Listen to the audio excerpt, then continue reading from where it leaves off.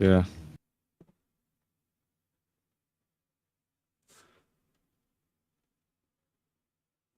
Let's check.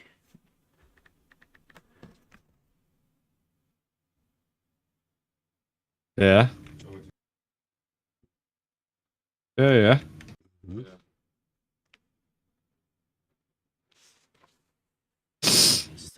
I don't know what I've got to do.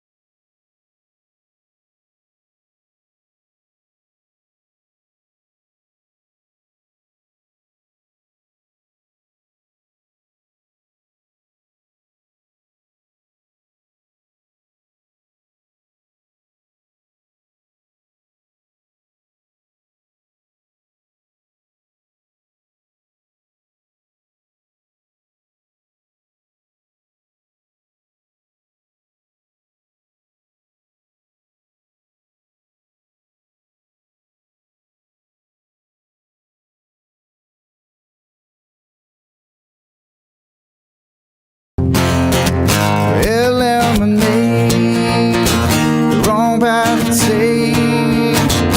You'll find the answers that you need.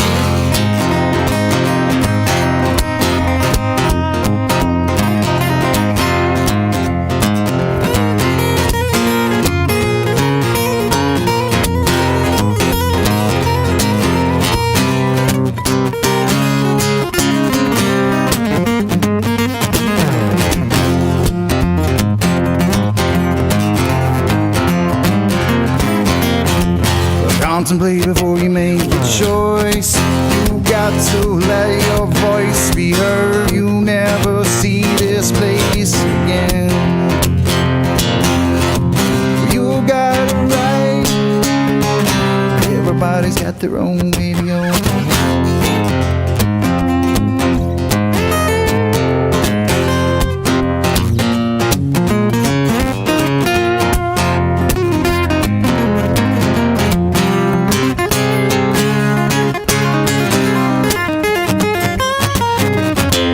There comes a time you have to choose. You can't hold two conflicting truths. Eliminate the wrong path to take. You'll find the answers that you need.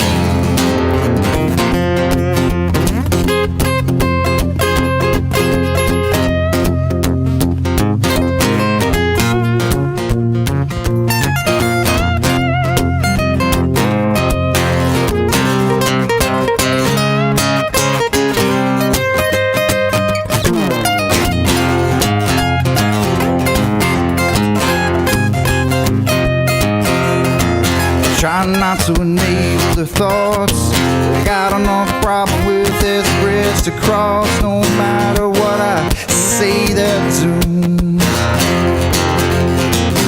You got it right. Everybody's got their own way to go.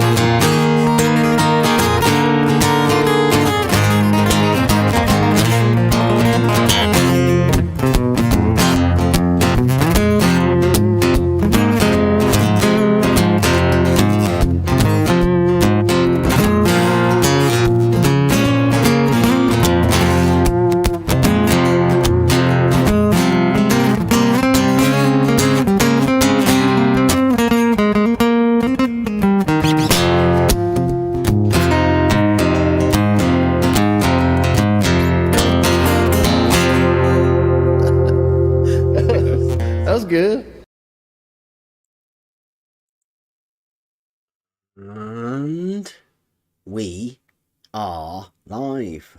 Sorry about the sound blip at the beginning of that. Thanks for the guys that told us. And that was world famous Buster with two conflicting truths. Some new stuff. I've not had a chance to do a video for that yet. I will get round to it. Welcome everybody. It is Free for All Friday, and good afternoon. That's the idea. People can come in and even people like me, whatever you want on Free for All Fridays. Recap the week if that's what we need to do. I can do that, but I think people have heard enough of me this week. Chance for everybody else to have their say, apart from the ones that have been banned this week.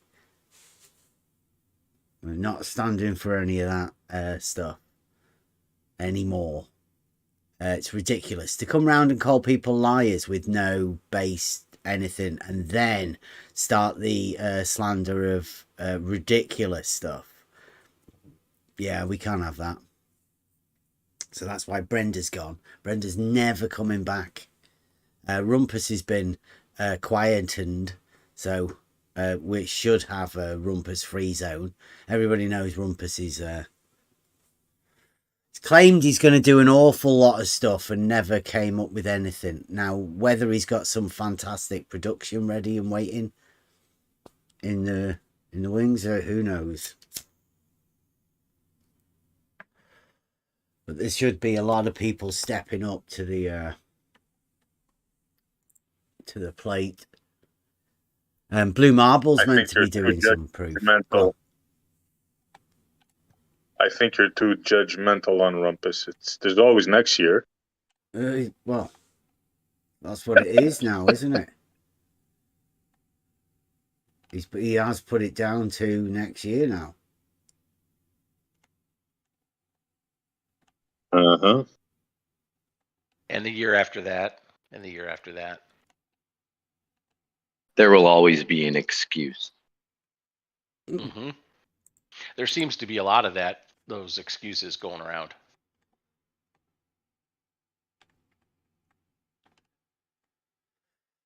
Well, Me, I like to make shit, but I don't like making excuses.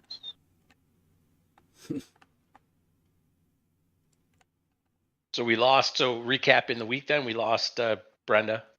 Yep. Before Brenda's time, we Gone. lost Brenda. Yeah. And Rumpus, you said is gone or just Well, timed out, or he's no, he's just quietened. Let's say, turned the volume down on. I have, so as to not subject all of you guys to stuff that you don't really need to hear. I see a volume down a bit. Yeah. Yeah. Okay. All right. And then we anybody else? Did we lose anyone else this week? Not that I can remember. It's unfortunate. I mean, that people can't just come and have a conversation, bring an argument. I think that's what Bev's been asking. Bring an argument. A real argument, not like a yelling, screaming, pounding their fists on the table, calling people morons argument. But that seems to be all we get, interestingly enough.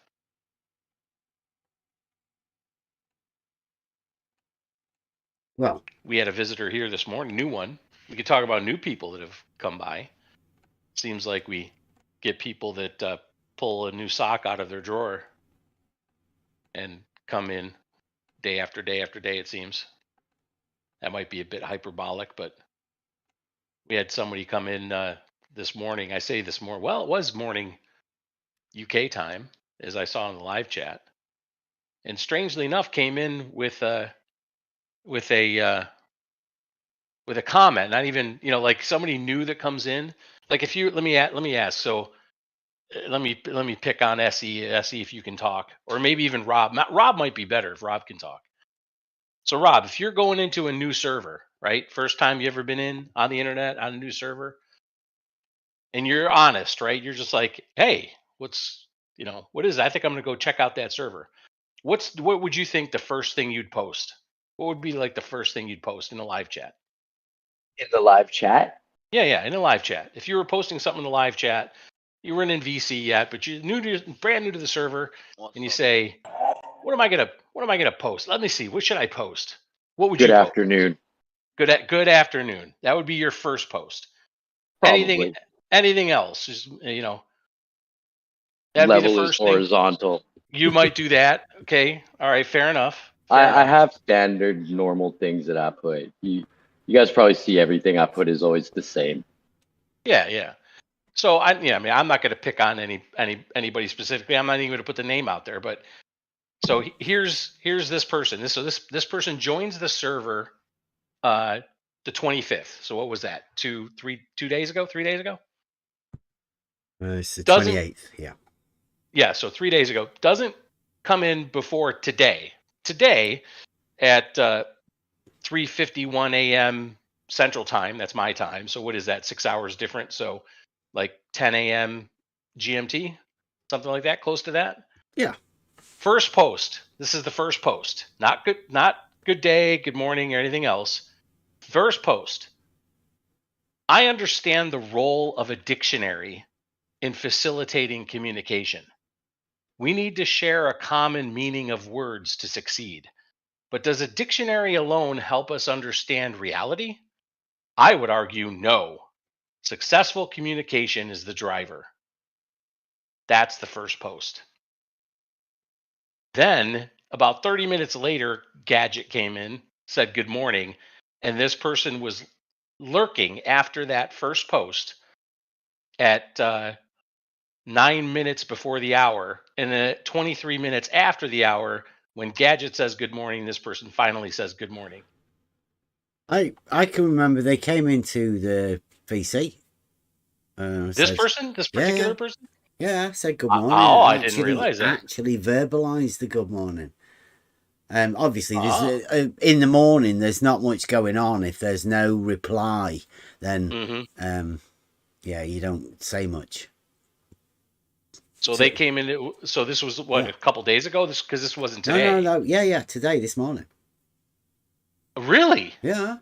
Oh, all right. Yeah, So in anything VC. further than that? This is new news. No I'm glad we're having this talk. conversation. But they have been in VC. Oh, because we had a conversation with this person about pop into VC, and they said let me see if I can find the interest is interesting, right? I mean, for me, because you guys know me, right? I'm the psychology kind of. I'm interested in the human psyche. Yeah, people. I think what we all drives are, really. I think so. But some people get bored of it. I like it. It floats my boat, right? So let me see if I can find one that talks about VC. Basically, the person says they can't come into VC when they're asked to, why don't you come into VC? I think Mobius attempted. I think Saragaki attempted. Of course, Mike Jones attempted. Mike being Mike. But yeah, no VC. But that's interesting that they popped into VC but didn't say anything. That kind of psychology is interesting to me. What do you think that is? Has to be a sock, don't you think? You know me. I'll listen to anybody and I'll talk, and I don't care who's listening. But other people, it's the way people are in this arena that makes people like that, isn't it? Other people. It's very strange. If we're going to have a conversation, I like to be able to have the conversation. But if there's no conversation, then you can't perform for people just because they're in the room. Like, it relies on a lot of other people, right? The communication is a two-way thing, dialectic at least. You would hope. Yeah. Right. Exactly. It shouldn't be all rhetoric all the time, right? I mean, dialectic has its place, and Yeah. actually, I think it's in some ways preferred, especially if you've performed rhetoric. Rhetoric means, you know, basically one way. That's kind of one way. You're giving an oration of what you think from the grammar and the logic, and you've formed it into a rhetoric, and you've put it out there. You've put something out there into the ether, shall we say? The ether. It's a big thing, the ether. So we've put it out there into the ether, shall we say? But it's nice then to have a dialectic, which means two-way. Somebody comes in and says, "Hey, I saw what you put out there in the ether." You can only come to terms within dialectic, right? Correct. That's absolutely right. So in order for you to progress anywhere, really, you need to have that two-way thing. Yeah. I would think so, yeah. So it's interesting. I mean, this person that came in, then, you know, as we would do, right? I mean, some people think that this is aggressive, but it's, you know, when new people come in, we're like, "Hey, what, you know, kind of what brought you in here?" And of course, we asked this person what brought them in here. Here's what this person said about what brought them in. And they said, "Actually, the first thing that caught my attention was the effort to force Bev into a position he does not hold. I had a similar experience with someone simply declaring, quote unquote, bunny ears, that I am a GE, I imagine globe earther. I explained to two people why I'm not. One got it, the other one didn't, and started accusing me of lying and being disingenuous. I don't argue for a particular shape, rather for a particular strong level of evidence." I don't know what that means exactly. A parenthesis strong level of evidence. I believe logic and geometry are necessary but not sufficient to determine the truth. I don't know what the truth about what exactly, but I believe evidence must play a role. I do not agree that the shape of the earth, literally, kudos for the literally. I do not agree that the shape of the earth is provable. It is something we can determine with a certain level of confidence. What do you think about that? Wow. I see. I've never heard we've had a mad day today, busy as anything. Never really had that much chance. Although we've been in the Discord to read the chat. So what you've been talking with this dude guy about, yeah, that's. I mean, it's good to think that he thinks that that's what this server's about, right? You know, that's a high level of intellect, but I don't think it's that important, really, the shape of the earth. I mean, why is he going to that? As if it matters at all. Right. And he intimated that as much, right? That it's not. Yet when delved further into it, and Saragaki, as Saragaki is, you know, honing in on the logic, right? The logic stuff. Wrote up a thing here. Let's go through this. I think it's kind of fun. So Saragaki says, after he said that, so, you know, basically that's why he was in here. Saragaki says, one, logic and the process thereof is the process of arriving at truth. It's how any conclusion is drawn from the premises involved. Number two, disproving something is still concluding truth. In this case, proving that some statement / claim is false. I think that was very well written. Yeah. You cannot, continuing, Saragaki, you cannot have truth without logic. That's a statement that I happen to agree with. Yep. Geometry is simply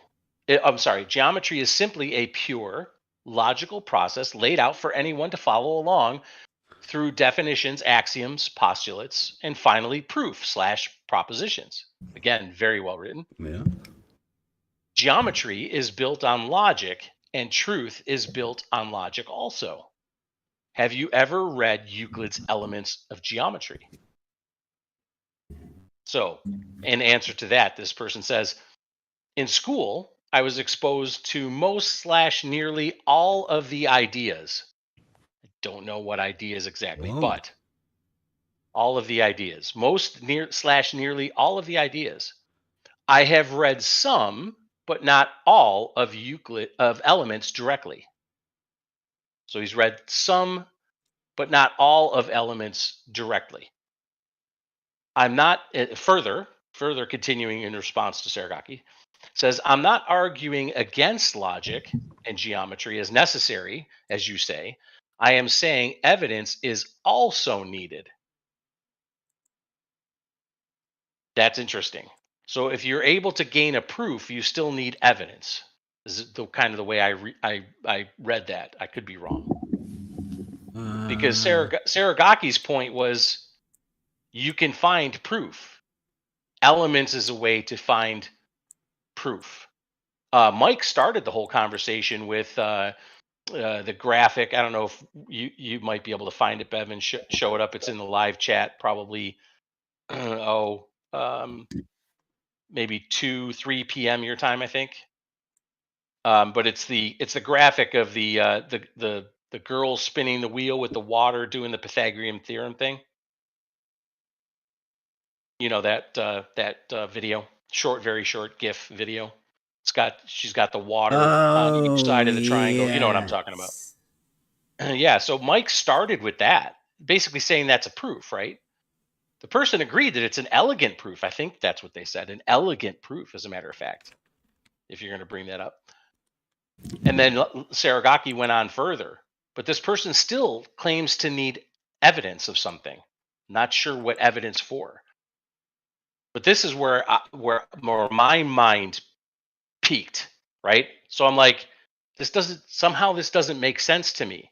That Mike comes in with what appears to be an absolute proof, Pythagorean theorem, with the water, the water experiment, with the sides of the triangle. Love it. And then Saragaki talks about logic and proving or disproving something, and that geometry is a logical process laid out for anyone to follow along. And then geometry is built on logic, and truth is built on logic also. And that you can get proofs through that. But this person is still saying that they need evidence for we don't know what. It's fascinating to me. To me, it is anyway. And Saragaki was also equally confused, because Saragaki comes back and says, in what sense are you saying evidence? Surely if you're working with straight lines in reality, then every single principle and proof in Euclid is directly applicable. ? This person goes back and says, evidence in the form of measurements and observations, but with a high standard for acceptance. I don't know what that means. It could just be me, but and I don't want to seem like I'm being a jerk to this person necessarily, but the person's words here are a bit confusing. Let me say it again. Evidence, saying this is what evidence in the form of measurements and observations. I understand measurements and observations, but with a high standard for acceptance. Anybody want to take a shot at that? What does that mean? Whose acceptance? Yeah, it needs to be. Would that be received opinion? The acceptance of the received opinion. That could be. I didn't think of that, but that absolutely could be. So, in other words, measurements and observations basically agreed to by a great number of people. Consensus, right? Yeah. Or body of science consensus. Yes. That could be. Continues. The person continues. Straight lines are straight, but not all lines are straight, are they? ? Or are we caught up by quote unquote line ? Euclid's Elements is also not complete. Ooh. So the claim, Euclid's Elements is also not complete. Now remember, this person said, now I know we're picking on this person, but this is emblematic of the types of people we seem to get here. Now the person makes a claim, Euclid's Elements is not complete.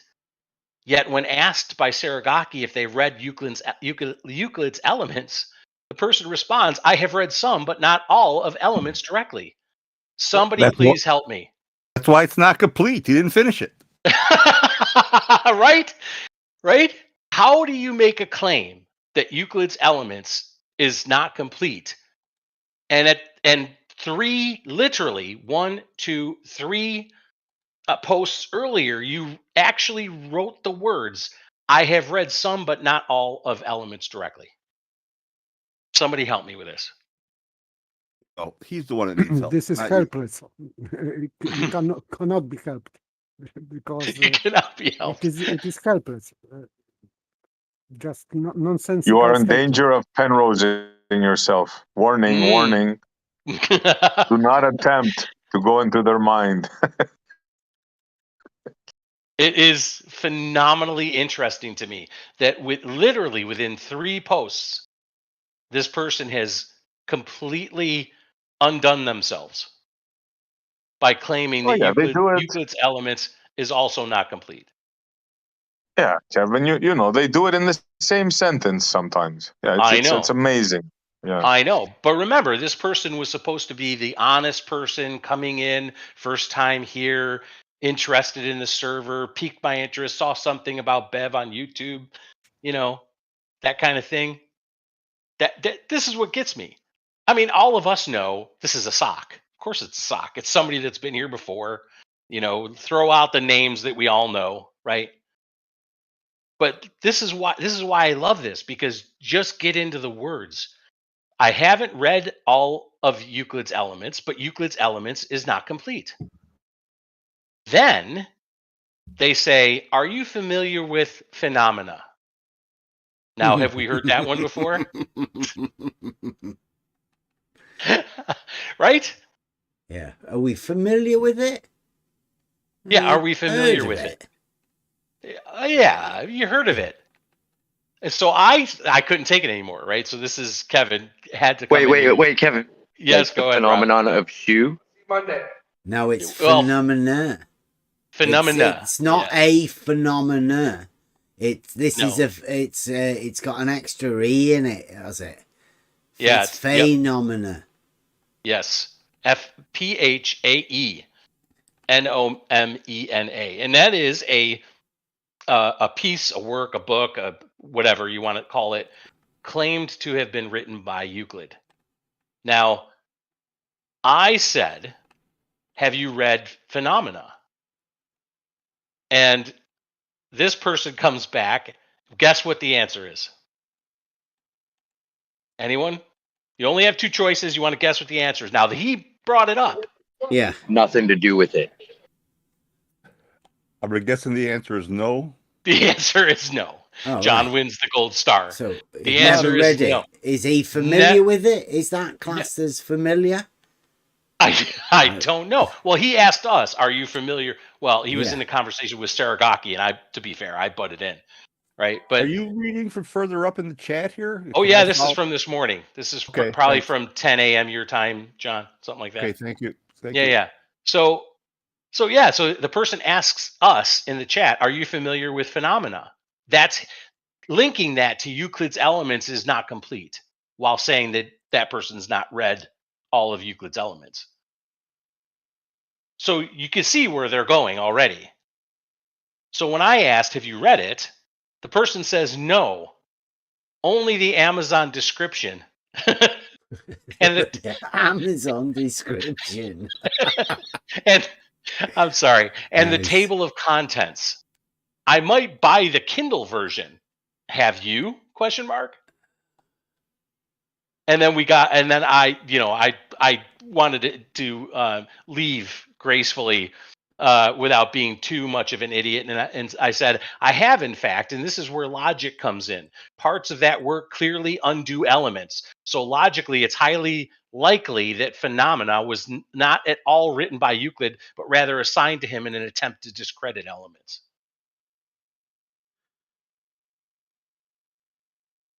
To me, that is a phenomenally telling short conversation with this person. You're hot mic and Redmond. My bad.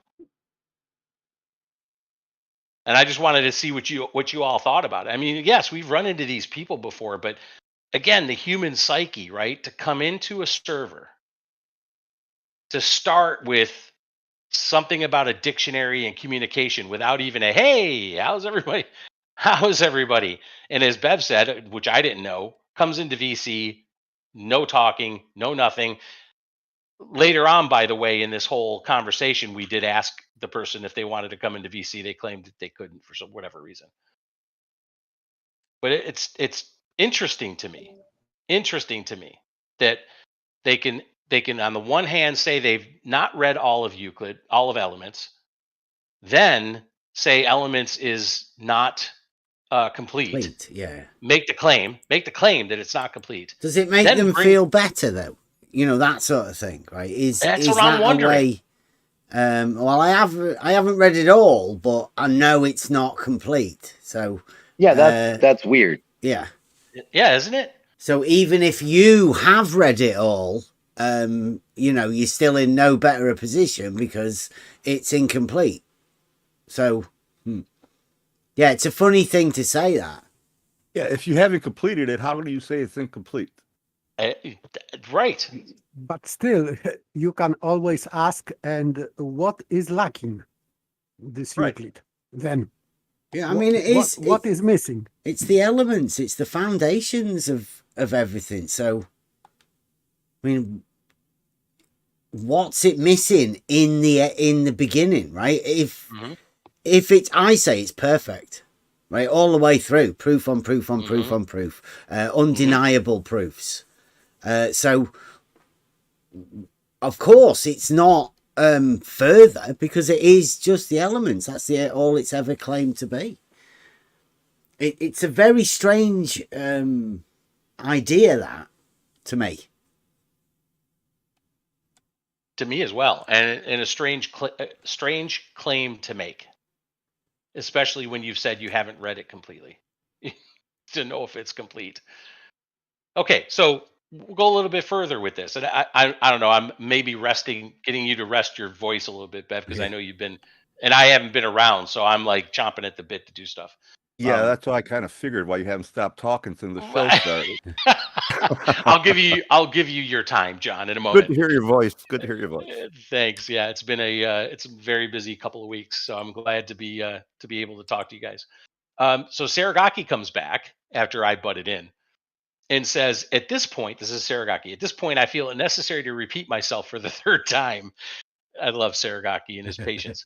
As it seems you're meticulously avoiding my question. Imagine that. I don't know. So here's Saragaki's question again. Surely, if you're working with straight lines in reality, then every single principle and proof in Euclid is directly applicable? Question mark. Also, this is an addendum to that question. Also, at this point, feel free to elaborate on what you think is incomplete in Euclid's elements. So here we go. Here's I think this is one of the last posts, getting toward the end now. Obviously, the person felt ganged up upon because in answer to Saragaki's post, he puts, final answer for me today. I'm not into 1 versus 5. Okay, fair enough. We were all taking parts here. Mobius was in, Askin was in, Mike was in. Okay, all right, that's fair enough. Tough. That is tough. It is tough. So final answer for me today, I'm not into 1 versus 5, especially when getting berated for not answering. Okay. But here he goes, though.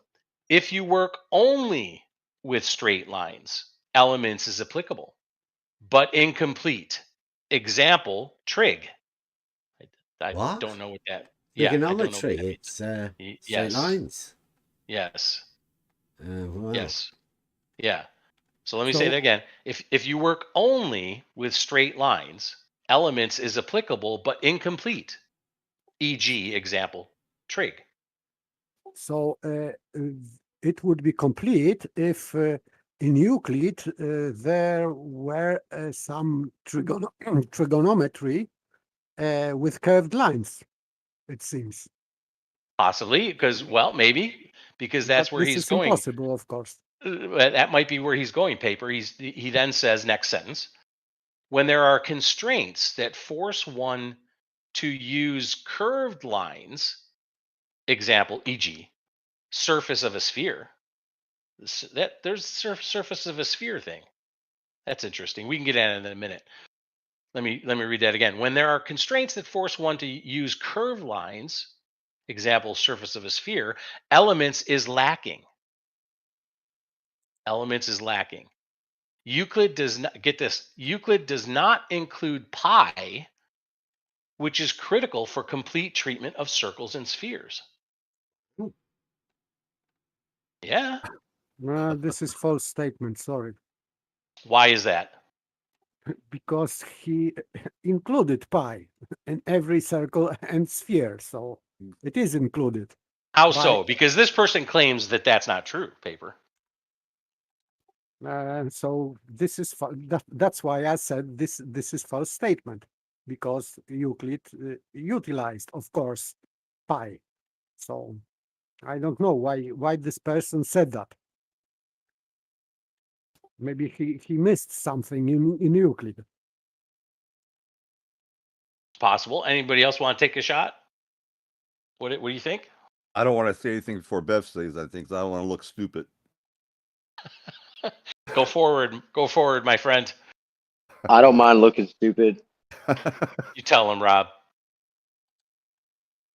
No, I didn't have an answer. I don't mind looking Well, stupid. it's the relationship between the diameter and the circumference, right? Is that not Correct. in Euclid? Yes. Yeah, Yeah, directly. very good. You did very well, John. So I'll be the stupid one, John. There you go. Yeah, and of course, several people had to point that out. I mean, Mike came back with perfect answer. He says, we agree, though, that pi is 3.141592, so and so on, because C over D, right? So anybody that doesn't know, pi is circumference over diameter, right? Let me ask the people in the Discord here. Does Euclid talk about circumference? Does he? Yes. How about diameter? Does it show example diameter? Absolutely. Interesting. So then It's radius that isn't really mentioned. So yes, but pi specifically C over D. Wait. Yes. But does Euclid use any numbers? No. We know that. Damn. Yeah. Right. So is that the claim? The number relationship between pi, right? Mm-hmm. But that's not what pi is. It's not. It's not what pi is. Correct.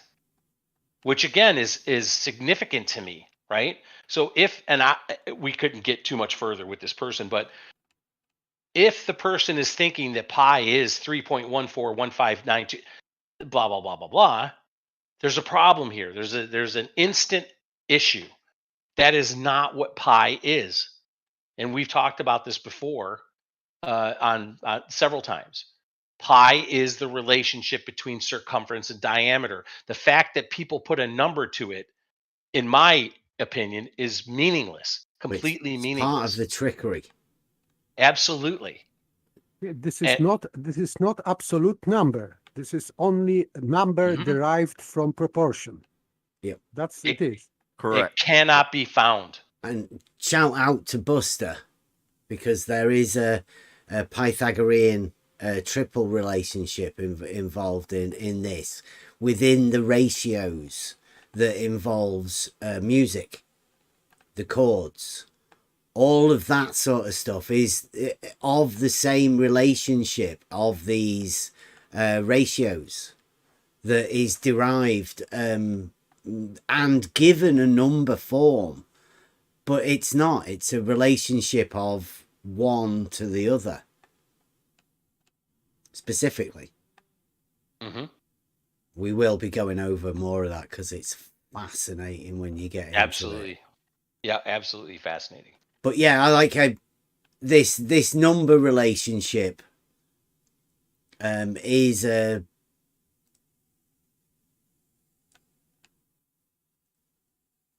in music, harmonics are in strict relationship. That's why we can hear, for example, and recognize sound of violin or of flute. We can recognize, for example, flute from violin because they have different harmonics setup and relationships between them. So that's why we recognize voices and human voices and instrument voices only because of this relationship between harmonics. Some of them are louder, some of them are more silent, and this proportion between loudness or ambitus of harmonics we hear as characteristics for instrument or voice.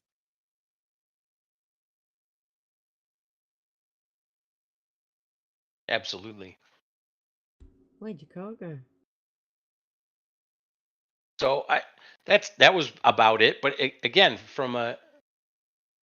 purely from a human psychological perspective, that's where basically an hour-long back and forth in the live chat, that's where it went. Someone comes in. Remember the very first. What was the very? Let me find the very first post again. It was. I understand the role of a dictionary in facilitating communication. We need to share a common meaning of words to succeed. But does a dictionary alone help us understand reality? I would argue no. Successful communication is the driver. We went from that to claiming that Euclid isn't complete, talking about a book that the person never read, but might get it on their Kindle at some point. And then rounding out with this idea that Euclid never talked about pi or never conceived of pi. Fascinating stuff to me. Yeah, I find that unbelievable for somebody to claim they know that Euclid is incomplete, possibly because he thinks that pi and trigonometry weren't in the elements somehow. Well, the fact that the elements are what give rise to all geometry, then how do you not derive all of those things from the elements? It is fascinating. I think some things were known before Euclid. So, for example, Pythagorean theorem. It was before Euclid. So Euclid didn't invent everything in geometry. There were some people like Pythagoras or for example, Eratosthenes invented this supposedly this grid of prime numbers.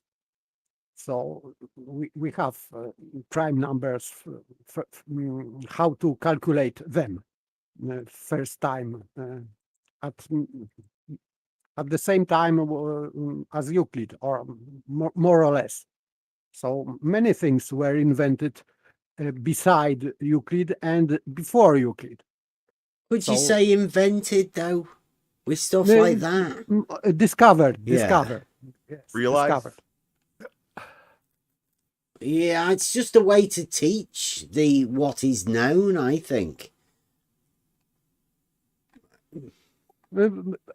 For example, Eratosthenes, better to say, invented method how to calculate or to discover more and more prime numbers. So it is ascribed to him. I don't know if he invented really, but it is called, I think, Eratosthenes grid or lattice or whatever. I don't know English name of that.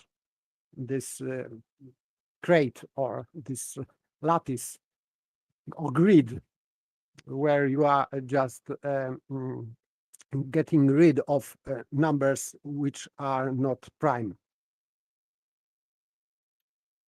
Yeah, well, that is within the elements as well. It was considered elemental within the primes, right? That within the elements, to consider that there's no numbers, but primes are within Euclid. And then for somebody to say it's incomplete. Well, it definitely doesn't involve any non-Euclidean geometry, so maybe that's what he's talking about with his incompleteness. That's where I thought he was going to go immediately, Yeah. but that never came out. Well, it's hard to say that, isn't it? What you're best off doing is just implying it, and then hope that other people can pick it up from your implications, like a wizard would. Yep. Yeah. Maybe that's why he was uncomfortable with 1 versus 5. Didn't have anyone else to back him up on those things. Pick it up and run with it. Yeah. Super interesting. I thought it was really interesting. And then I had to go off and do some work today. But I thought that was to me that was really good. And again, telling for someone to first time in, just popping in, and this is the way it goes. So that's what I got for you today. Yeah. That was my Thank you. my little bit. Yeah. Well, yeah, we do like people to come in. I like people to come in and talk about stuff, but like I say, I didn't really get involved in any of that exchange. I just want to say, because it's free for all Friday, at some point I'd like to go over my work. Yeah, go on. Yeah, anytime, Rob.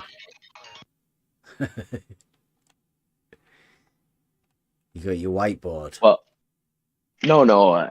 Well, shit. I can't really do it right now. I'm a little busy. I got a couple of jobs on the go, but at some point I want to show you guys what I built, because I like to make things. Remember? Yeah. Nice. Yeah. Anytime. But I got a couple jobs on the go right now. But before the end of the day, I will come on camera and I want to show off. Nice. Awesome. Thank you. We've got that to look forward to now. All right. It's free for all Friday. Anybody else got anything? What's been going on? Some funky stuff this week.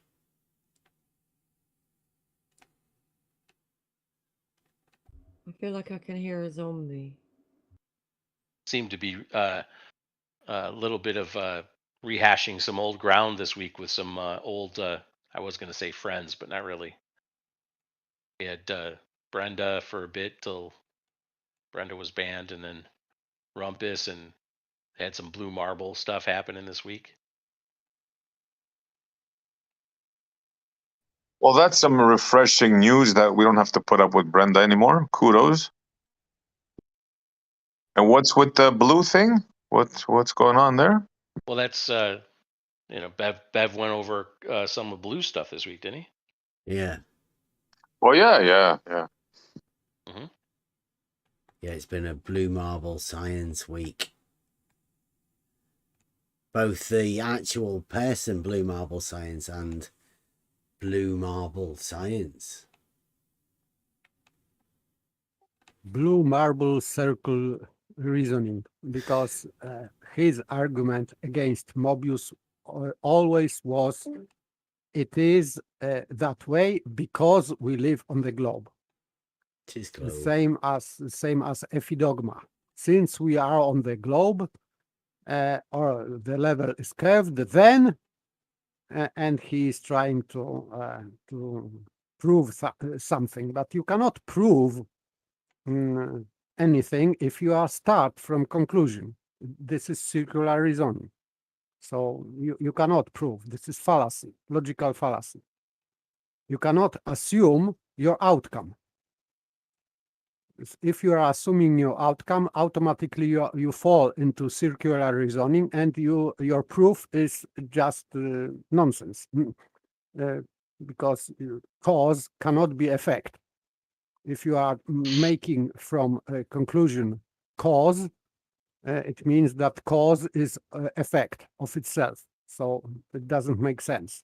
That's why circular reasoning is forbidden in logic, because you cannot come to a true conclusion.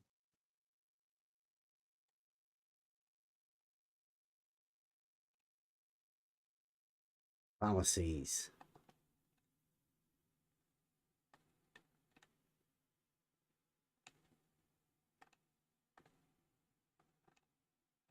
So if he is saying, and he was saying, that this, for example, LIGO concrete was plans for this were curved because we live on the globe. And then it proved that we live on the globe. I don't know why Blue Marble cannot understand that he cannot use that reasoning as a proof for anything. This curvature has to be proven from something else.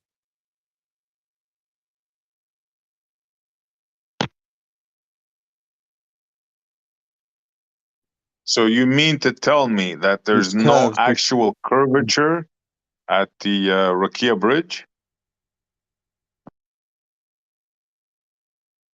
Or Yeah. LIGO, I don't think. Yeah. That's why we went through them both the same time, right? Come From one on to the now, other, guys. same You're thinking place. And you're by the thinking way, logical again. This is and free for all Fridays. yes, that's why even if, for example, these concrete pads were curved, it still doesn't prove a curvature of the Earth. It doesn't. It may be curved, So and so you're still telling me now, if I take a picture from behind two pane glasses, I believe, of a window, on and looking far out into the murky whatever, the horizon, whatever you want to call it, right? You mean to tell me that that's not an actual curve there, like they're saying? Doesn't raise up or drop away, which you ever got them to tell you Well, which one it obviously is? it curves. Yeah. It's a curve, It's obviously. a curve up or a curve down.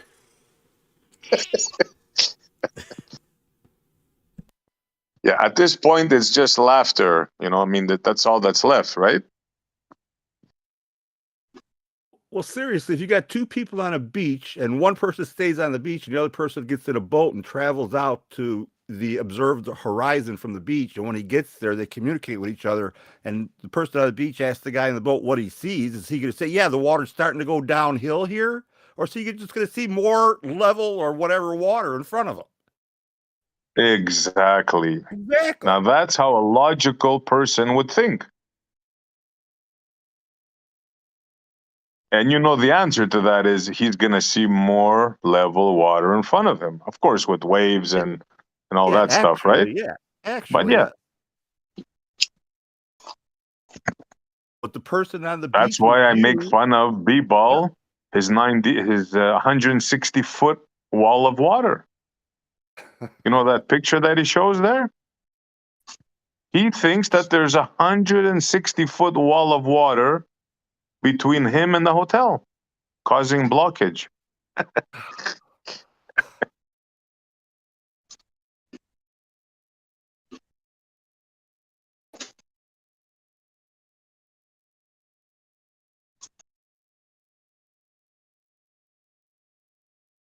What else we got? Come on, big news week, guys. Big news week?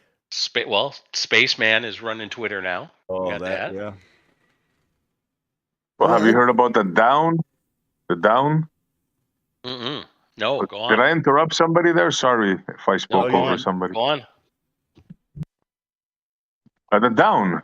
We had a where's down over on Geos and the stuff that they say. Oh my God, bro. So check this out. Down. You continue the down vector. Or did we have the conversation here as well? I don't It was recall. here with Was it Brenda. with Remember, Brenda? she got stuck in the Brenda. middle. With Yeah, Brenda yeah, last stuck in the mixing time. up. middle. Yeah, it was here that we had this. Sorry. I had it elsewhere as well. Yeah, that's right. Down is everywhere, and you float in the middle. How about that?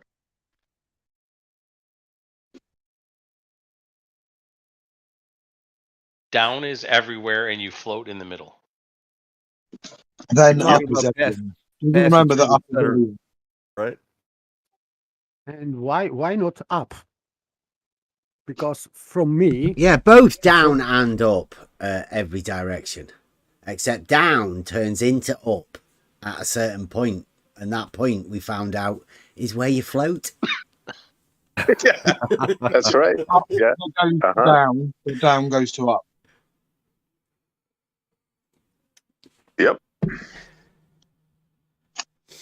Now that Now that should be turned into some sort of a riddle, right? It needs something like it's something poetic to be wrote about that particular down and up being in every direction, both of them.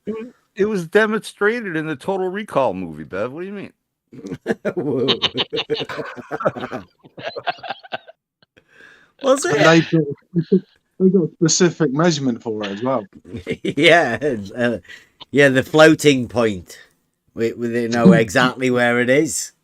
Yep. yeah, if people don't believe it, do you remember what episode it was? So we could tell everybody so they can hear it for themselves.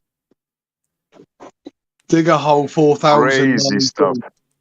That's what you got to do. Test it. Dig a hole 4,000 miles deep.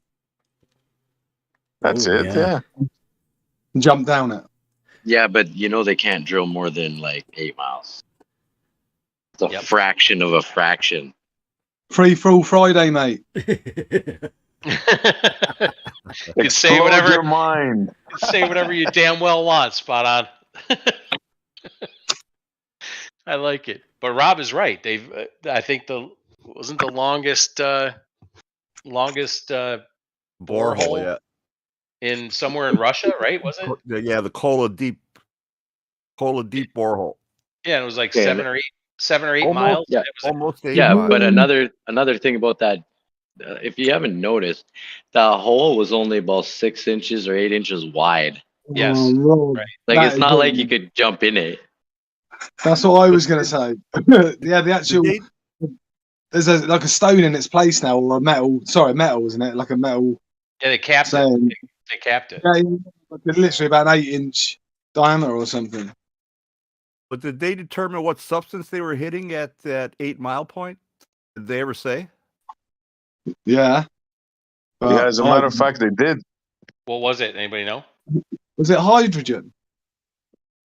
I never heard that. Actually, it's quite Free for all fascinating Friday. because I've heard 2 explanations. One, it's like a material that when dug into, it like recloses itself. And the other one was it's like molasses. They can't penetrate it.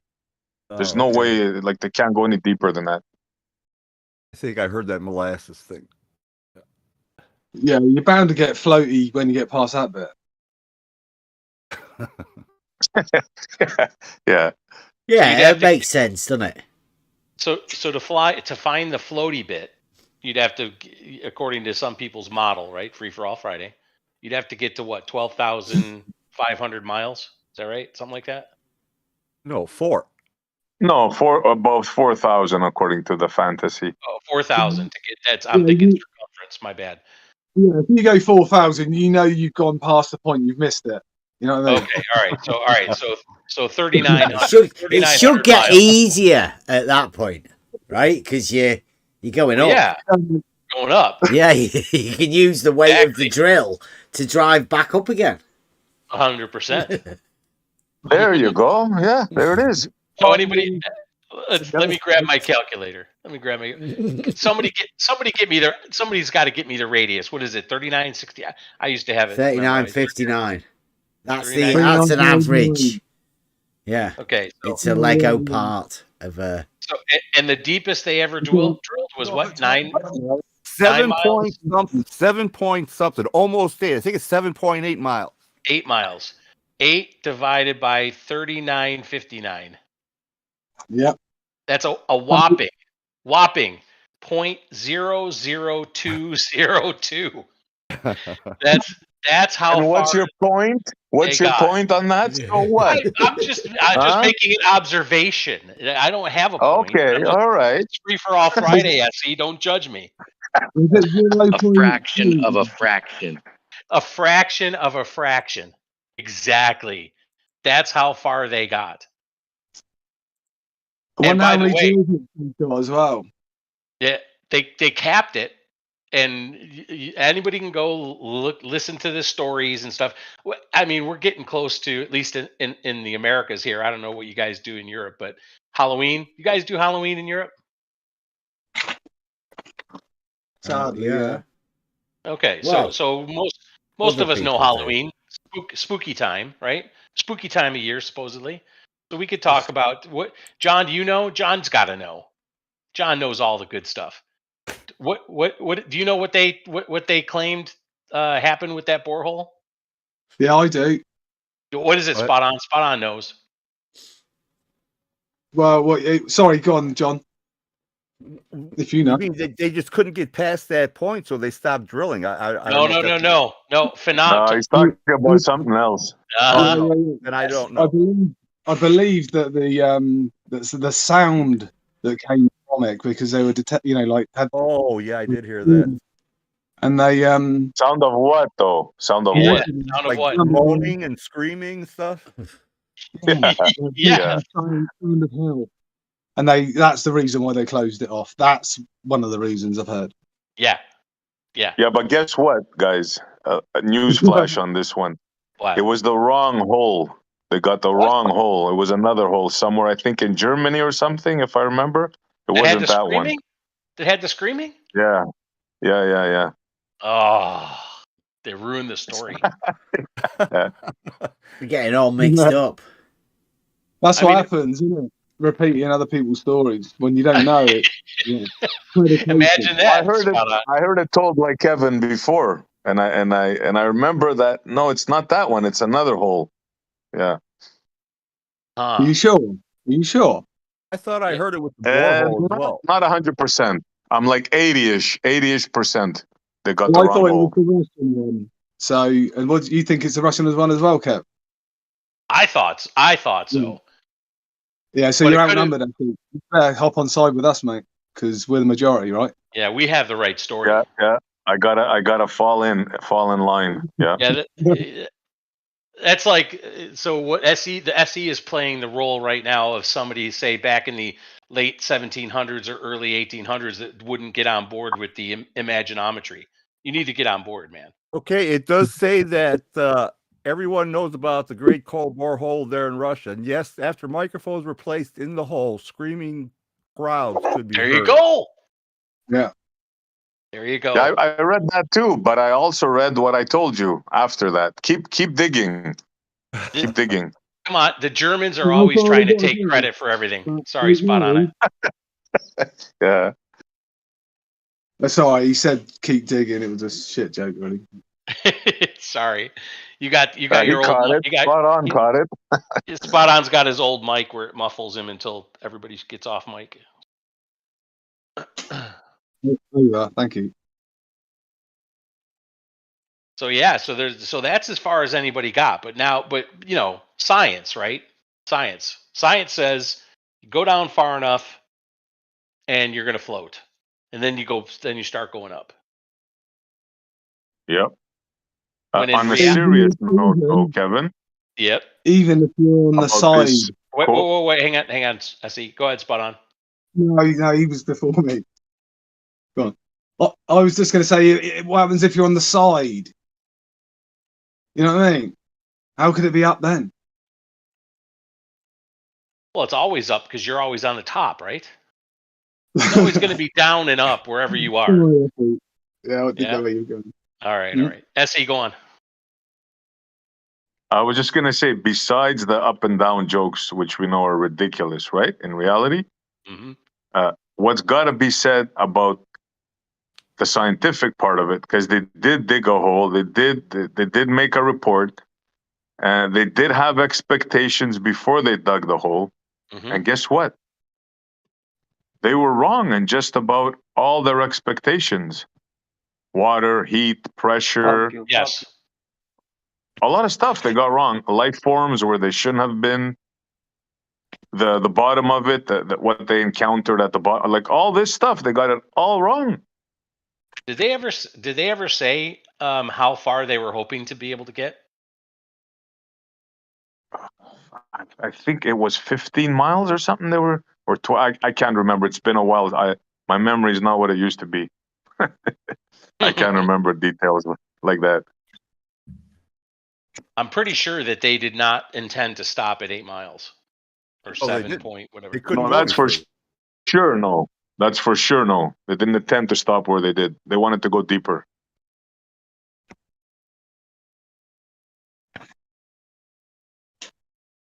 Oh, somebody in the YouTube chat says I thought they stopped because the drill bits kept breaking. That could be. I don't know if they were breaking. No, or... it's not that they were breaking. It's that they. Can I just read this out? Yeah, yeah. Go ahead. Well, I just Yeah, it is typed. free for all Friday. I googled it, so you know. But it says far below the Earth's surface, hydrogen gas is continuously produced through serpentinization. At least some fraction of this hydrogen remains trapped in the deep continental crust. Indeed, Soviet geologists found that mud from the Kola superdeep borehole was boiling with hydrogen. Mm. Yeah, I see that too. Boiling But with it's hydrogen. important to note, it's not about the drill bit.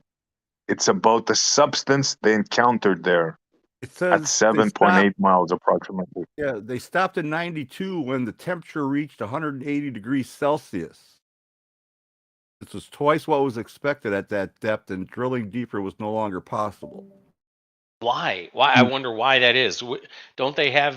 I mean, 180 Celsius is not near the melting point of steel or stronger No, it's only 300. I'm metals. telling you, it's not that. Yeah. So I'm with It's not the SE. heat.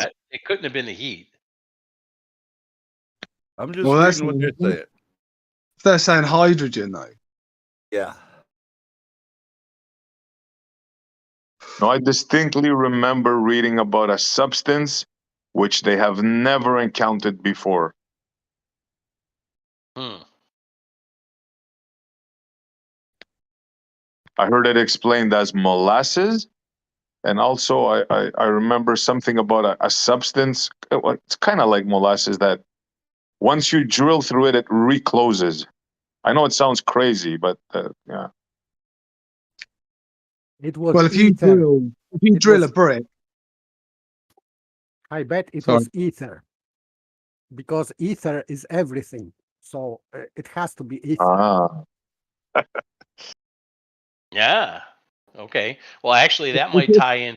Oh, sorry. Go ahead. Spot on. I was going to say, if you drill a hole in a brick or something masonry, you sort of get to the drill bit clogs, and you have to pull it out to release the so that you can drill further.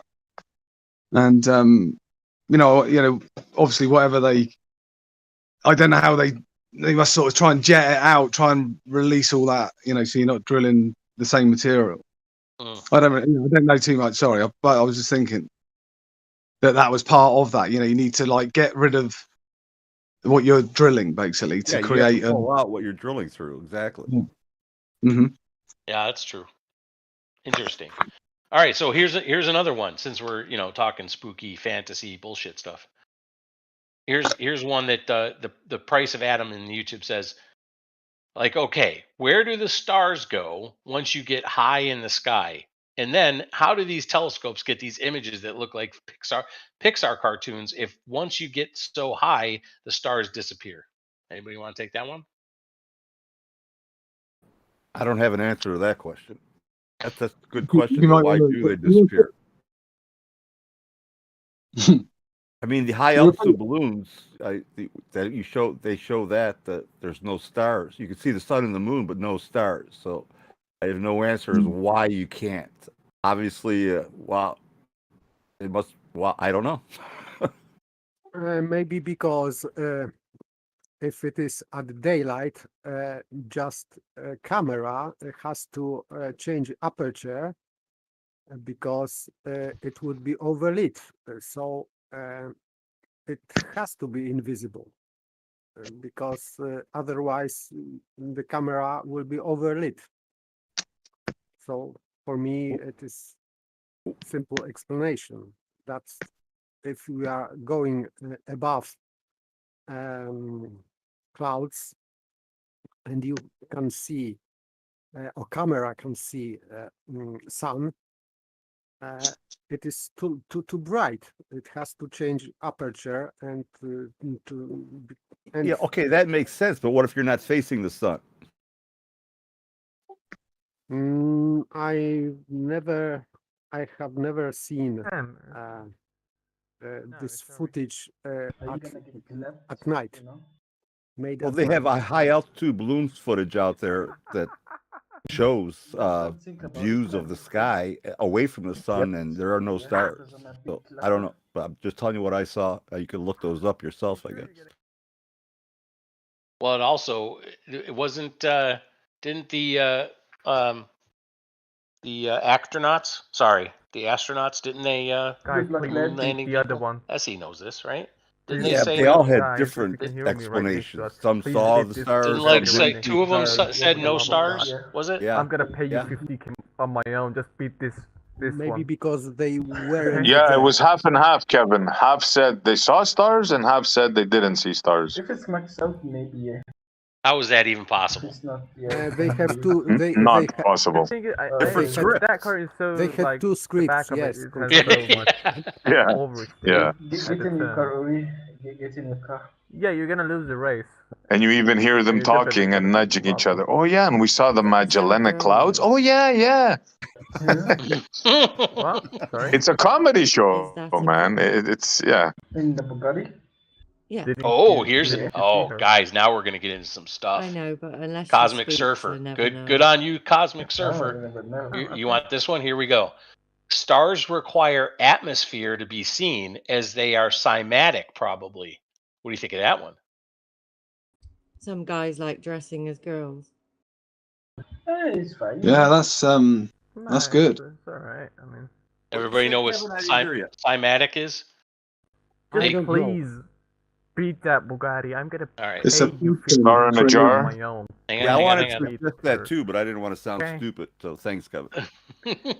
I'd appreciate that. Thanks for not letting you sound stupid. You're Yeah, I welcome. think we're in the wrong car for that. Yeah, but I was going to suggest that, but I didn't want to say it because I didn't know how dumb that would sound. So It is let me possible, yeah. let me repeat this. Stars require atmosphere to be seen as they are cymatic, probably. That's and cymatic, for those who don't know what that is. Let me get the definition if I can. Hang on.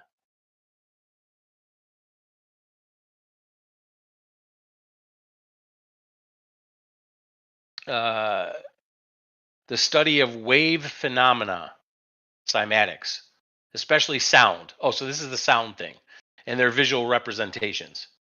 Ah. Yeah. So this is the sound thing. This is the sound moving, like the sand on the woofer, subwoofer, that kind of stuff. That's what cymatics is. I keep forgetting that. Yeah. Yeah. Is it So like this- reaching a resonant frequency in some Yeah, way? something like that. So that's interesting. That's an interesting thing since we're talking about Fantasyland tonight. Stars require the atmosphere because they react to sound. What do you guys think about that? I was going to say that, but how can you prove that? Well, no proving it. We're in Fantasyland. It's going to be Halloween on Monday. Come on. Have you guys heard about the star in a jar? Yeah, No, yeah. I have not. Go on, Essie, That's please. a good one. You got to check that out, Kevin. Star in a jar. I have not heard it. Yeah, they make like it's like a bubble, and it like explodes, kind of a thing, and it creates like a flash of light. That's with sound vibration, You know, right? like the yeah. How does that? You know, how like does that that crab, work? the pistol shrimp, kind of a thing like that. Like, and it has to do with cymatics, pressure waves, and stuff like that.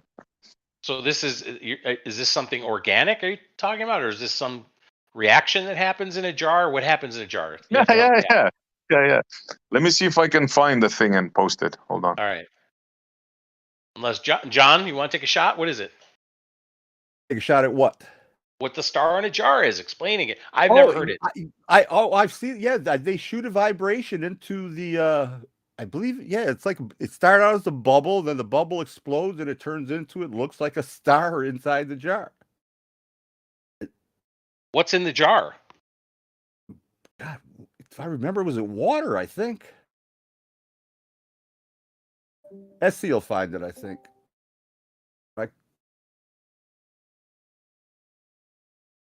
I'm surprised you haven't seen that. It's been around a while. Here you go, Kev. Have a look. Oh, there it is. Thanks, Essie. Yep. Hang on, I had to turn on my kettle for some tea. All right, it's in the live chat. Yep. Yeah, sonoluminescence they call it.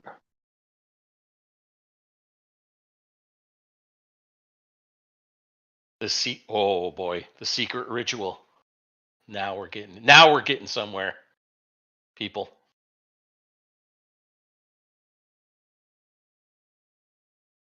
Oh, so yeah, so it does look like water. I believe that's what it is. Yeah, it's water. Yeah, as far as I know, it's water. Yeah. It's water, and then they use sound, and then and that looks just like a effing star. Yeah, that's why they call it star in a jar. Holy crap! Look at that. All right, you guys Cool, just huh? blew my mind. Thank you. Blew my mind. Yeah. I like it. So there you learn go. Something new every day, dude. Water. So Cosmic Surfer already knew that. That's why he seeded that. Good job.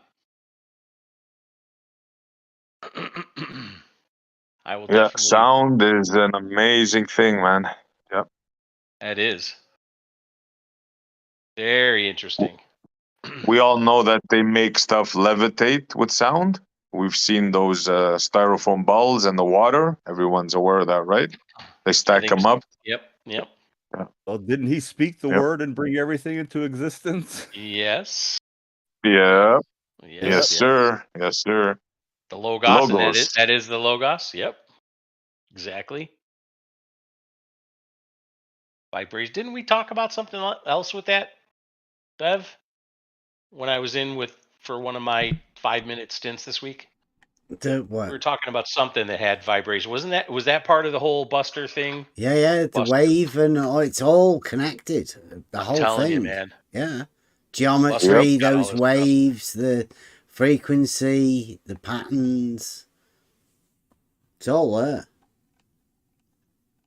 Yeah, all of this stuff's coming together nicely. We've built a nice foundation and now we can build upon that. Hey, Kevin, you were in a service, right? Yes, I was. And when they taught you to march, they taught you to change step, right? Yes, they did. And you know why they taught you to change step? Because they said so. No, it's because if you're marching across the bridge, you could cause the bridge to go into a resonant frequency. They never told us that. I know that. I know that, but not while I was in the service. They never told us. They just said this is how you will march and you'll follow our directions or we'll beat the crap out of you. Oh, they actually explained it to us. Yeah. Not beat the crap out of you, but beat the crap out of you. You know what I'm saying? You were going to be doing a lot of push-ups and running and stuff like that. Well, I got sent to PT a few times. Yeah, I can already tell that. You are a troublemaker. No, it is super interesting stuff. Yeah, and yes, definitely the vibrations on a bridge. Well, I mean, just the whole thing, right? A soprano with a crystal, glass, whatever, breaking the glass. Same thing. Kevin, you remember the cavitation conversations we had? Yes. This is part of it. I believe that's what causes if I remember correctly, that's what causes that flash. Okay. Yep. I'm with you now. I'm with you Say now. again. I see. I didn't catch that. Oh, the cavitation. Cavitation. Yeah, the Okay. cavitation discussion. All right. Were you here for that, John? I don't believe so. You want it for anybody that might be listening to Essie? You want to just briefly cover the what happens with the cavitation? Yeah, the easiest way to explain is a propeller, a speedboat. Mm-hmm. Believe it or not, the water when it spins, it causes like a pressure. It causes these bubbles, and they like cavitate. They like sort of explode. That's the best way to explain it, and that causes damage to the propeller. Now, also, there's another form of cavitation which happens at 33 feet. When you bring water up to that height, it cavitates. The It's same a crazy thing that happens. You're not talking Yeah. about carrying it up in a bucket to 33 feet. You're talking about extending like a tube up 33 feet. It's the negative pressure, if that's what you want to call it. Yep.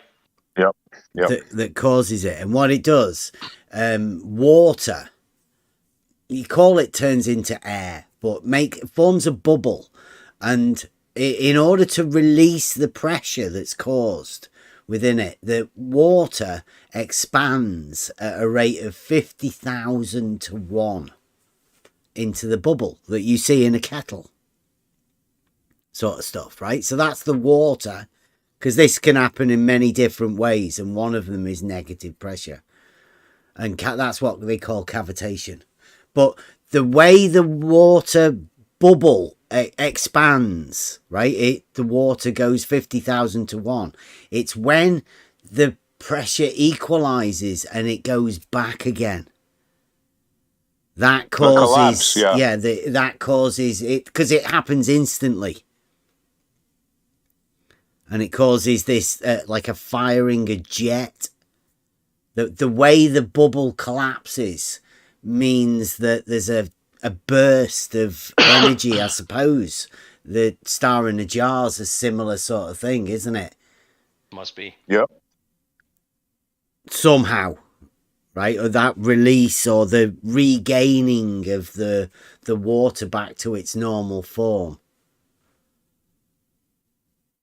I think that's basically what you're crazy. saying is this causes like an opening within the water that collapses back on itself after a certain point.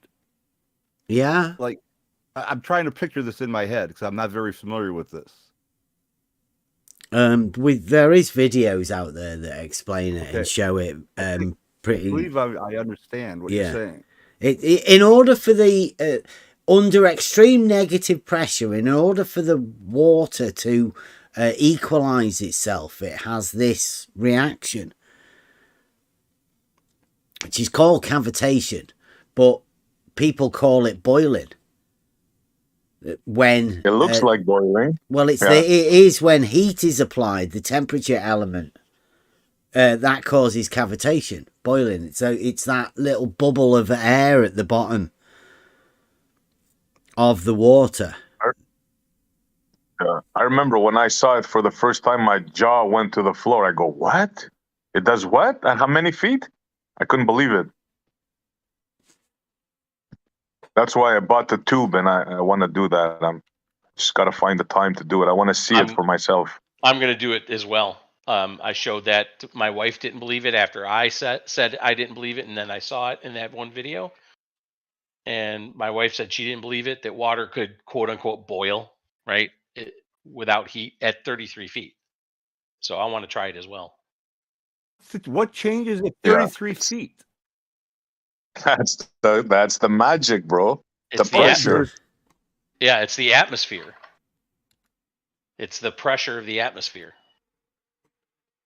And at a certain point, the pressure is such that water cannot be sustained in a full column. In a column, can't. Oh, that is interesting as hell, man. I gotta look into that. Mm-hmm. Yeah, there's videos out on YouTube. I couldn't believe it. It's fascinating stuff. I know Now it's all that also happens in the physics. ocean. That also happens with propellers. Yes. So that's And it, cavitation for you in a nutshell. yeah, and it does damage propellers. You can see there's pictures out on Wikipedia and stuff. You just Google or do the wiki on cavitation. Would that happen like if you reverse direction on the propeller, or does that happen when you're just going in one direction? It can. I think it can Cavitation. happen both. I think it can happen both. They want to cut it out because it wrecks a propeller. Because of this, it actually puts holes in it. But It's what amazing. causes the cavitation to occur around the propeller? It's what you call it's the pressure. It's the force that they are making within the turning of that propeller. How a propeller works. Really interesting. It causes extreme pressure, or the bubbles collapse, and that's what happens, man. It's crazy. Yeah, and sonar wise, you can hear that. You can hear that. That's why for any boats that cavitate, they can be heard by sonar. Go back to the whole hunt for Red October thing, John. Yeah, that's what I know. That's where I remember it from. That word, anyways. Yeah. Yep.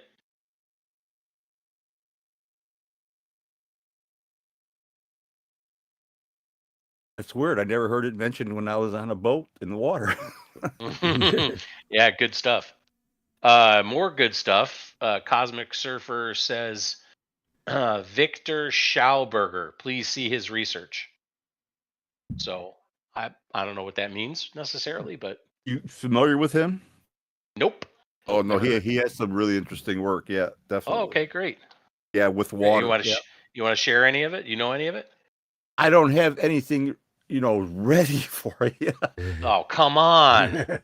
on the fly. All you gotta do is type in Victor Schauberger, man. You'll come up with it. Yeah, I know, but I don't know it. You have to.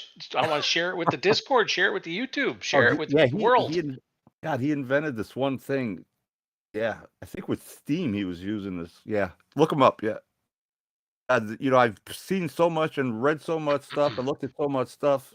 To place it instantly, Kevin, you're asking a lot. Ugh.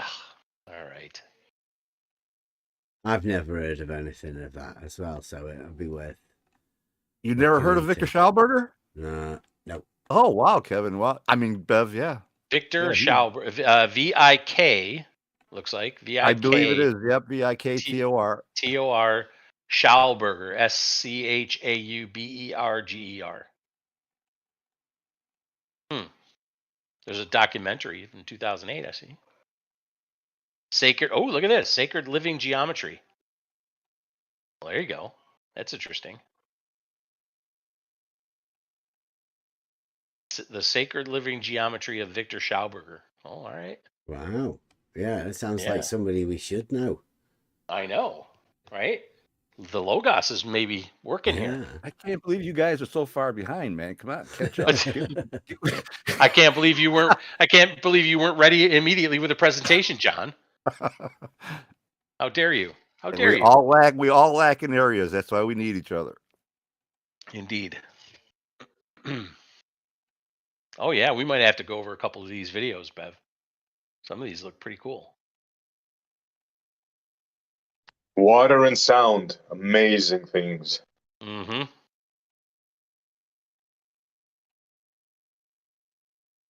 Water wizard. And we're made up mostly of water, they say, right? Yes. Imagine that. Indeed. Yes, indeed.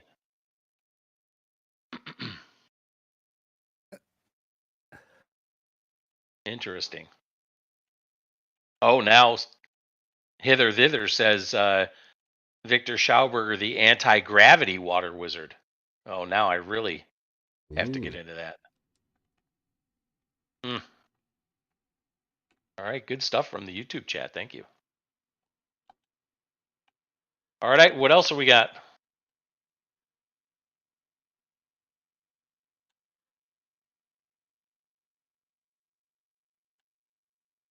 Come on, guys, we're only 90 minutes in. It's Bev days off. It's Bev's day off. Come on, we need topics. Topics. This Bring is 'em up. free for all. This is baller territory. Where are you guys? Come on, ISS. No. Yeah. We don't. Who no, needs they're not that? coming There's back lots in of again. there's lots of other topics we can get into besides You that. see, Eric Dubay just put out a video on the cause of tides. No, isn't it the moon? No, well, no. What? No, Really? it's not. I don't. In my opinion, it's not the moon? No. You mean it's not the big thing in the night sky that causes the sudden has such pull that it pulls water? No. No. Huh. I would say that's a stretch there, Kevin. Going too far. It's not me saying it, Red. It's not me saying it, brother. I'm just parroting. I'm just parroting the received opinion, man. I had to get you back in boot camp and get you up out of that. But tides are interesting since they only happen in the oceans. So I thought a tide is in the ocean. right.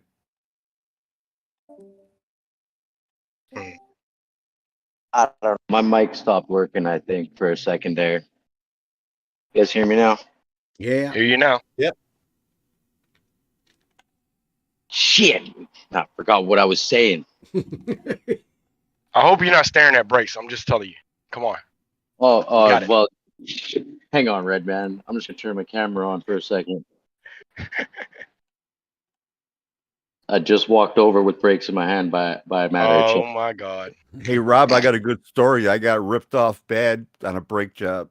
Bad. Just cost me $1,400 to have the work fixed.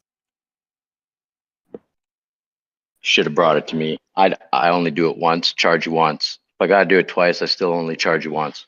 Hey, the guy used the junk parts or something. The guy that said, less than a year, my rotors were gone, my calipers were frozen. All new stuff was put on the year before, according to this guy too. So yeah, I got ripped off bad.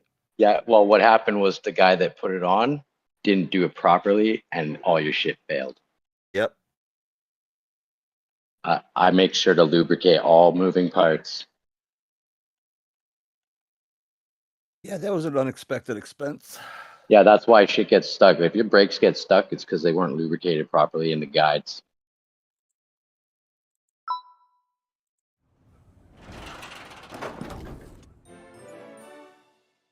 I know it's free for all Friday, but I don't want to talk about brakes. I want to talk about something else.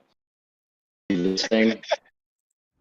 This is going to be my Halloween show for you guys in a minute. I'm not going to do it right now, but I'm just going to give you a quick little walk through of that. This is the outside for Halloween.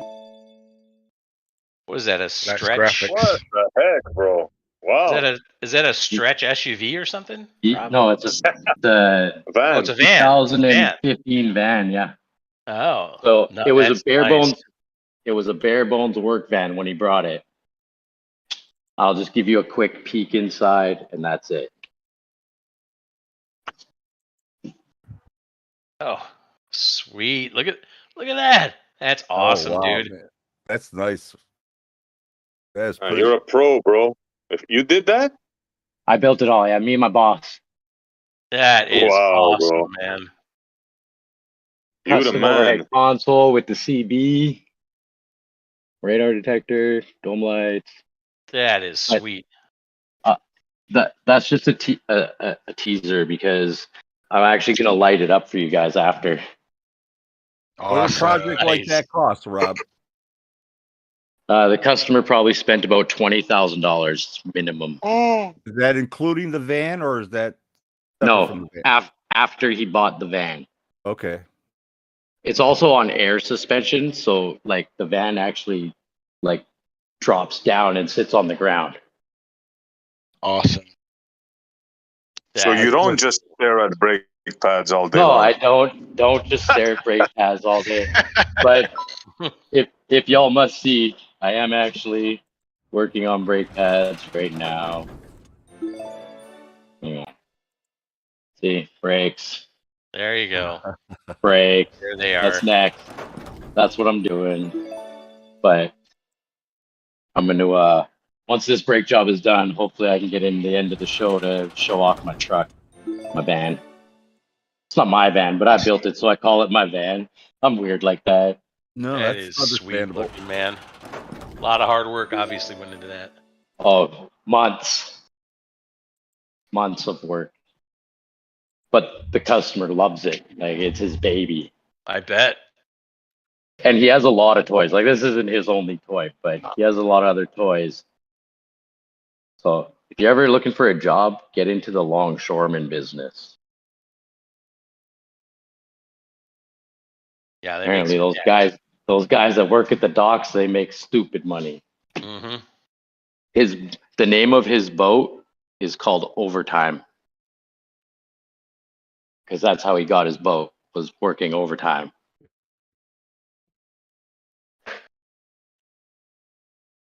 And there's me, I'm always working. But anyways, I've eaten enough time. I got to get some work done, and then we'll get to the van later. Good. Rob said, the importance of good brake people, and Cosmic Surfer happens to agree. Brake services are vital. It says absolutely vital. Totally agree with that. Cosmic Surfer also says, with regard to tides, Mediterranean has no tides. Anybody know anything about that? I'm dubious.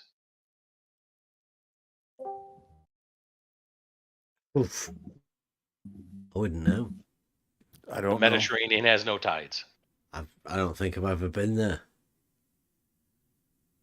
They must have a high tide and a low tide, mustn't they? You would think, wouldn't you? Well, I mean, it'd be the easiest mean sea level to work out.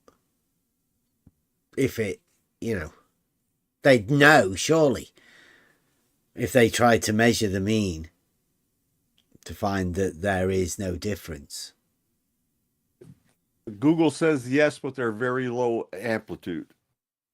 Any sort of distance? I mean, the one we have is about 12 meters. 9. The moon's pull. Wait a minute now. A few centimeters. A few centimeters? Yeah. You mean the moon's pull in the Mediterranean is that much less than the moon's pull in the UK? Huh. It's almost like the moon might have nothing to do with tides. I'm just spitballing. It's just movement of bodies of water across areas, right? Kind of what I'm starting to think. Well, hang on. The conversation started when somebody said that Eric Dubé apparently put out a video on the real cause of tides, without going into what the real cause of the tides is. John? John? John? Did you watch the video, John? Because I haven't watched it, but I don't know what makes Eric Dubé an authority on time.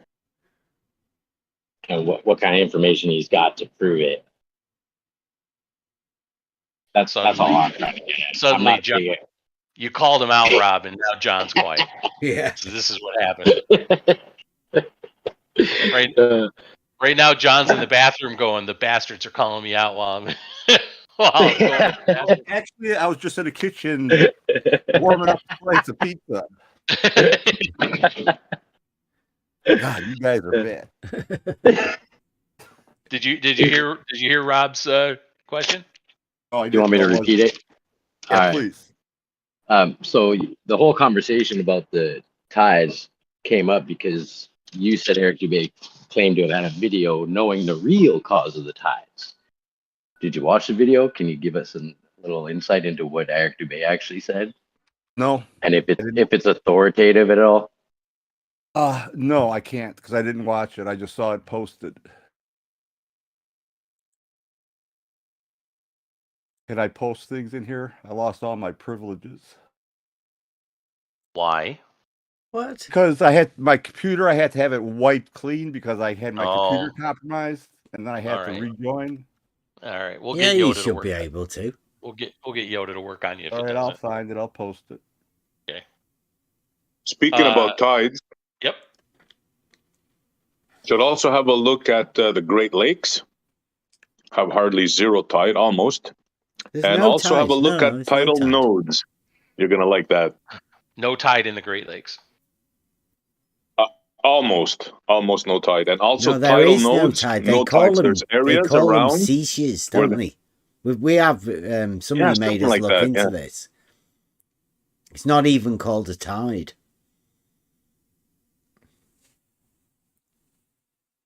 Well, that or actually the lake. Yeah.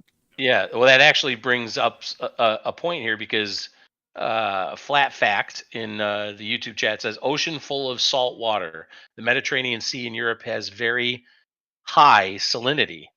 So that's an interesting dichotomy. If the reason for the low tide in the Mediterranean is its high salinity, and there's no tide in the Great Lakes, the Great Lakes are fresh water with no salinity. Hmm. Okay, it's posted How in the about the live Dead chat. Sea then? Somebody have a look at the Dead Sea. Yeah, the Dead Sea is like pure salt almost. There's so much salinity in that. You can float in it. I wonder if there's tides there. Hmm.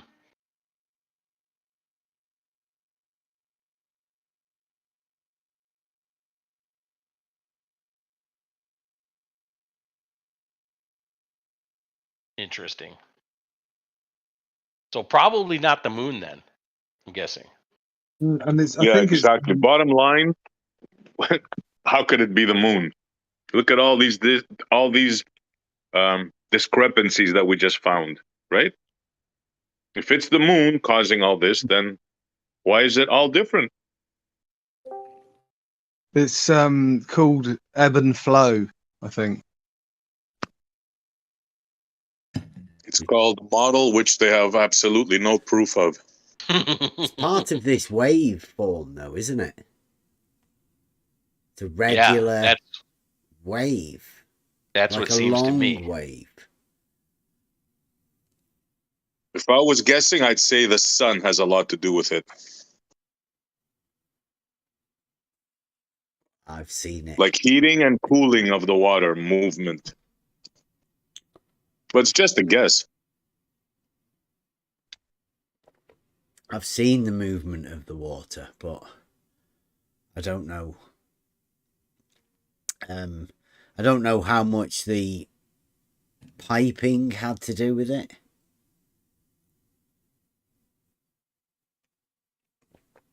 Oh, I remember what you're saying. 400 meter water level. Yeah, you're saying they were moving every night, I believe? They were going up and down? Yeah, during the day and of night time, there is an upping and a downing of the water level within the tube. Was it up during the day? No. If I remember correctly, or was it the other way? Was the other way around? Yeah. Yeah, it's the opposite. So it couldn't to what be you the would sun. think.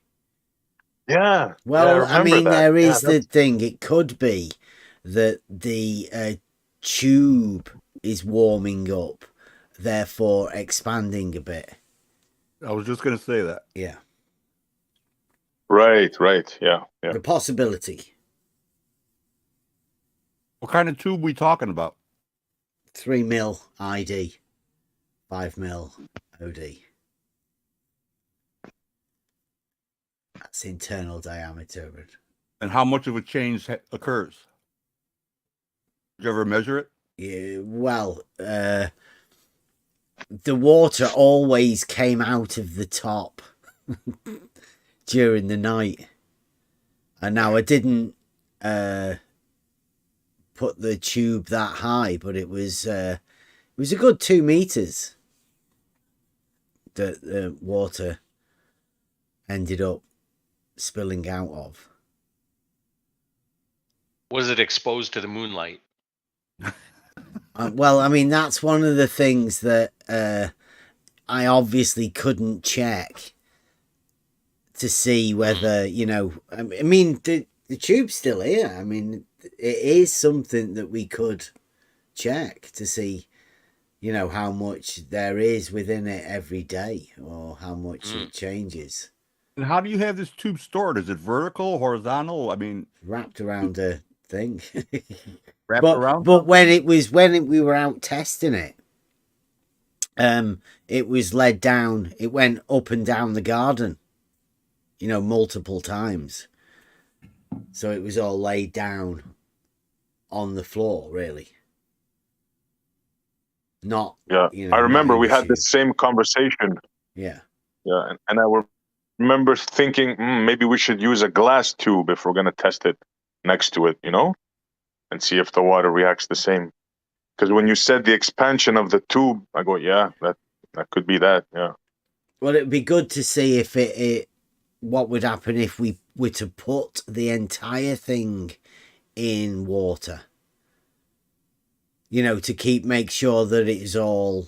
I mean, there's multiple different things that we could do to test, but I mean, wait a minute, I just thought surely of people something. have already When you done have this. it indoors, Bev, when you have it indoors, do you notice any difference at night or in daytime?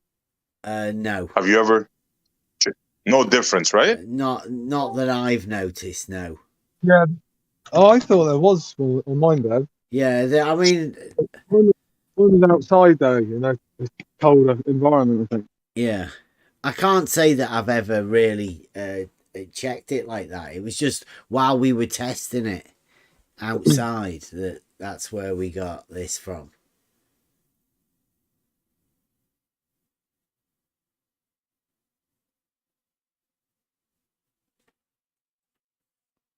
Yeah, I don't know. Sort of stuff that would be interesting to find out, but I mean, I don't know what you could do and how many of the variables you could eventually get rid of. Yeah, it's most probably the sun, but like, you know, it's just a guess. Yeah, I'd say there's if taking what you see is there's a pushing down when the sun comes around, then there is a high bit in front of it and a high bit below it, you know, at the end of it. So there is two tides there. You know, there's an up at the front and an up at the behind. In between, if you will. So that would make sense with what tides are, to me.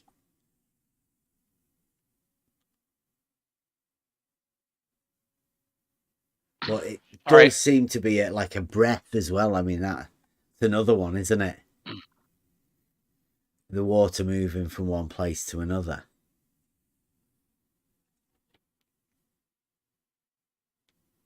All right, so we got something else from the live chat that I'm just going to read this because I have no freaking clue. None. Zero whatsoever. But SE, this is directed at you from Cosmic Surfer, who says, at SE Montreal, the moon is more important, I think. That's it. And then I said, explain yourself. And he came back and said, simple, really, 28, also known as 4 times 7. No clue what that means. No clue. That's me neither. Anybody? Cycle of the moon, isn't it? Isn't that? Well, oh, there you go. Yep. 28 days. In tune with the women. Women would understand yes, it more, yes. I think. 4 by 7, so 4 weeks, 7 days. Okay. Mm-hmm. All right, we're with you. Yeah, we're but on what does board that now. have to do with the water? What's that? We're on the cycle, right? Maybe just what does that have to do with the water? We'll have to. There's a bit of a delay, so we'll have to wait. He's on the hot seat now. Yeah. Cosmic Surfer. Because we know we have two tides. We know we have two tides, right? Now he just gave us a 28 day cycle. So how does that relate? We have a potential scrum going on in the YouTube chat because Flat Fat comes back and says the moon cycle isn't 28 days. That's an average. Oh, there you go. Mm-hmm. Scuffle starting. Shots fired. Yeah. Shots fired. We do not need World War III, guys. Other people are working on that. I need Yes, to interject. Rob. Yes, Rob. We still haven't got onto Eric Dubé's real reason for the tides. Well, Let's forget about the moon. We don't know that. We'd have to watch the video. John said he didn't watch the video. Yeah, if How you long watched is this it, dang Rob. video? Because we know it's not the tides. It's 15 minutes moon. long. Can anybody stand 15 minutes of listening to Eric Dubé? I don't know. Can't. I'll watch I'm it. I'll be back in 15 minutes.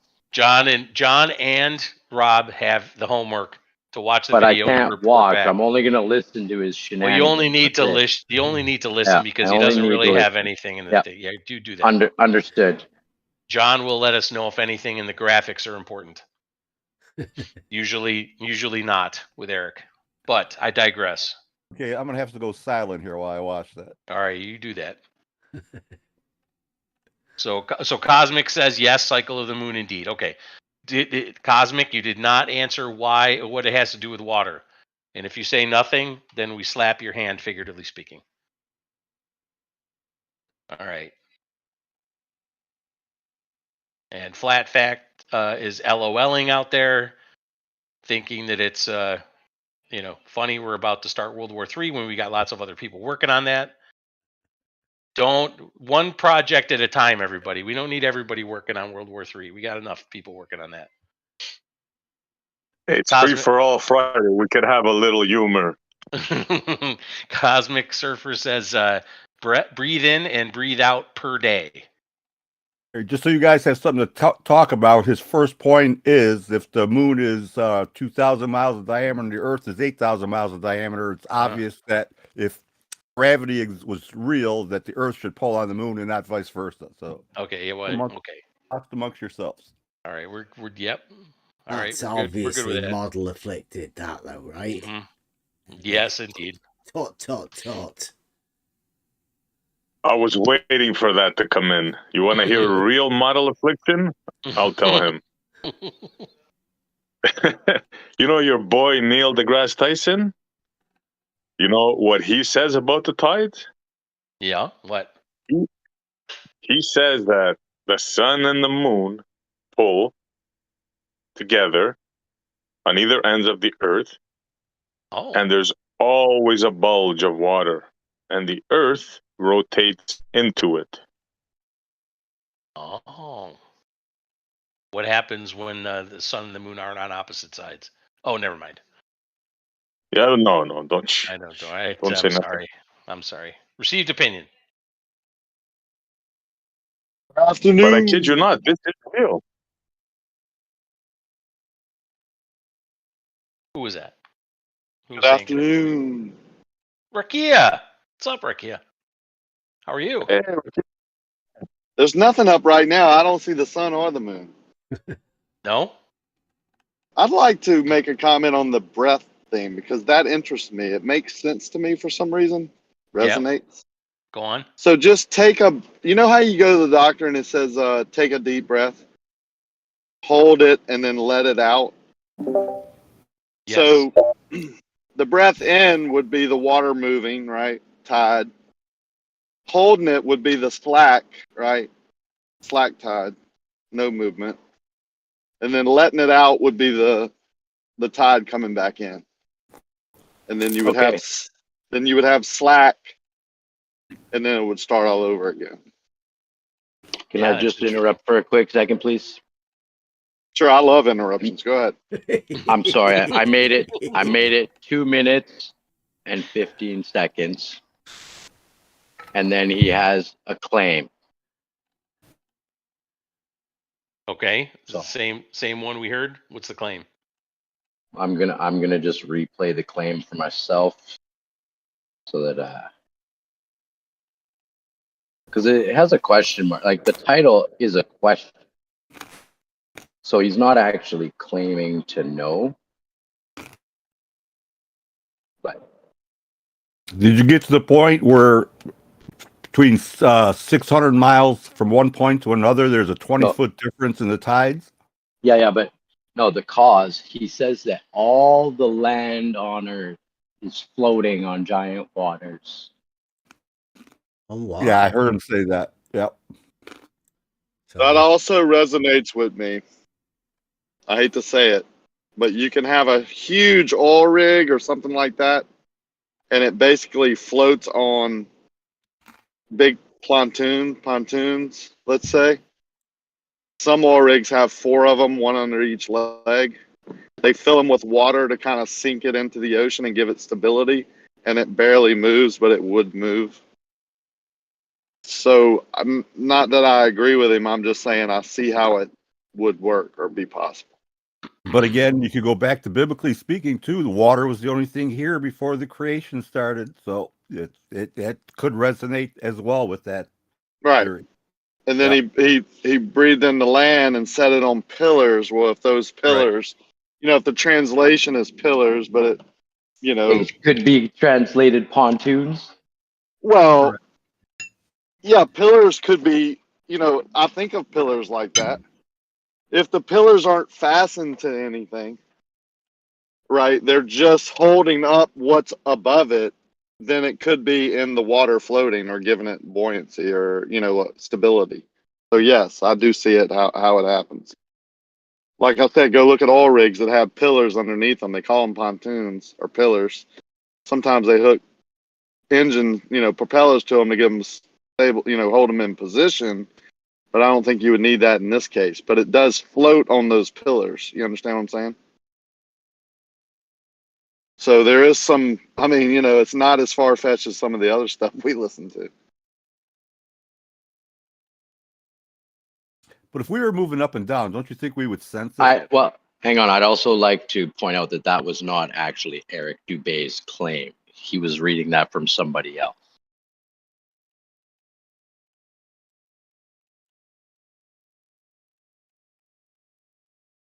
You know what? I don't take much stock in what Eric Dubé has to say, to be quite honest. Yeah, I haven't followed him. I hear stuff. Hey, hang on. So you guys didn't hear what I said then? Yeah, this is not Eric Dubé's claim. Somebody else claimed it. But on the slight movement, will we feel it? Put something in water and just barely move it. You can't even tell you're moving it. That water moves, right? Drastically. Does that add up? Yeah, but if you're sitting on a floaty in a pool that's nobody else is in and the water is, stable, you sense it all the time. Yeah, but you're way bigger than the floaty. Make Okay, that floaty a million times bigger than you and then barely move on it. Would you feel it? I don't know. I hear you. Okay. But would the water move? I think it would. If the whole floaty moved, right, just barely moved a little bit, would the water around it and in it move? I think it would. Once fluid dynamics takes effect, it doesn't stop until it reaches a shoreline or whatever, right? Kind of bounces off, goes back into the ocean. I always wonder why the waves lap like they do, right? It's continuous lapping at the ocean, even when there's no waves. It just in and out, right? The breathing thing you're talking about. Yeah, kinda. Seriously, I've thought about this by myself. So when people bring it up, it's like, yeah, it rings true for me. But yeah, I could see that. Earth is is alive basically, and I also agree with that. Like I think everything is kind of has its own way of being a living thing. Plants as well. You know what I'm saying? I'm with you, Dave. So you join all that together, and that breathing. Now it's not like it has lungs, like we do. So we take deep breaths and cycle this and cycle that and filter this and filter that. Well, I think the earth does the same thing, and it filters it with all the sand, right? What's one of the best filters? You use it on your pool, right? Sand. Yep. So then a lot of pools are also salt water joined with sand filters. Hello. Mm-hmm. Very true. or it's a big giant swimming pool with some land masses and floaties in it. Interesting. It's a big party, and you're not invited. That's why Globies aren't spring invited. water. Yeah, that's why spring water is the best. I remember when I was in Greece walking the mountains, and you have those springs, like you see water coming out of just the mountainside, and Oh, you know yeah. they have a spout there. Oh man, you try that water, man. We Wow. have Kentwood spring water. It's 15 minutes, 20 minutes from where I'm at right now. That's where Kentwood spring water came from. My grandmother used to own land there. We used to swim in that creek that y'all are drinking the water from. And but by the way, I peed in the creek. You understand what I'm saying? Like, and you also That was you not a only funny taste. yeah, you not only have these natural springs that are freezing cold or really chilled, right? You have these springs or geysers that are really warm also. So you get that thermal difference and you get water movement just in that. So what are those springs coming from? They got to be some type of duct, right? Some type of channel or river or whatever. So that would allow the water to flow from one area to another and create this energy or this movement that would start it, and then you input thermal and whatever else. I mean, whatever, it's not just one thing, right? It's dynamic. And then you got a lot of water moving, right? Get that, water's a great force. I mean, it's one of the strongest forces I know of. Try and fight the tide. You're not going to win. Oh, no way, dude. No way. Exactly. That's what I'm saying. It's strong. So, I don't know. Interesting. Mm-hmm. Might be the one thing Eric DeBay has right. Yeah, and on that topic, Cosmic Surfer says you need to go further, watch it all. Seriously. So we'll wait for the book report once they're done. Good topic, though. I love the natural, just nature part of the topic that we share.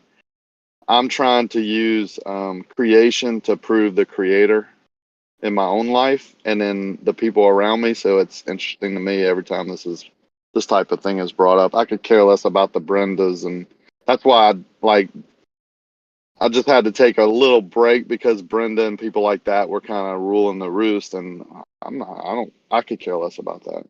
No more Brenda. You were here. That's why I'm here. Yeah. I've been on YouTube the whole time. Like, I'm never not on YouTube listening. That's what I do all day at work and all that. But I have no time in my life for people like Brenda. Just that negative energy that, I mean, come on, man. Brings you down, right? Yep. Yep. Yeah, screw Yeah. that.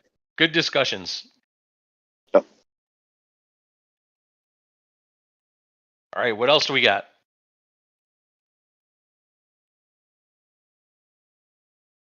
Turnip's here, but he's on mute at the moment.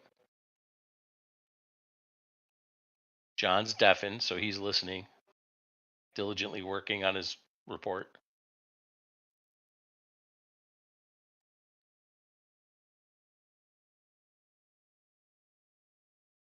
I'm trying to think of some crazy stuff we heard. Oh, is that Turnip? What's up, bro? It was. He did Did I just talk all over him? Yeah, I did too. My name?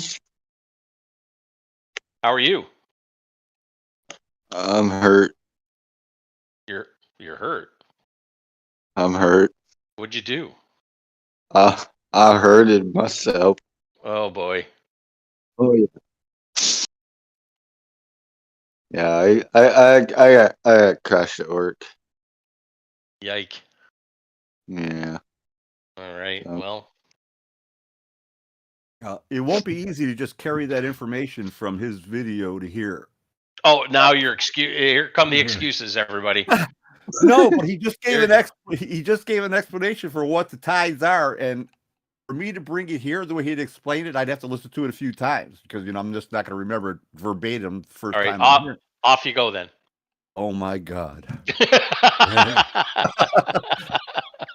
What's the main thing, or is it a culmination of a lot of things?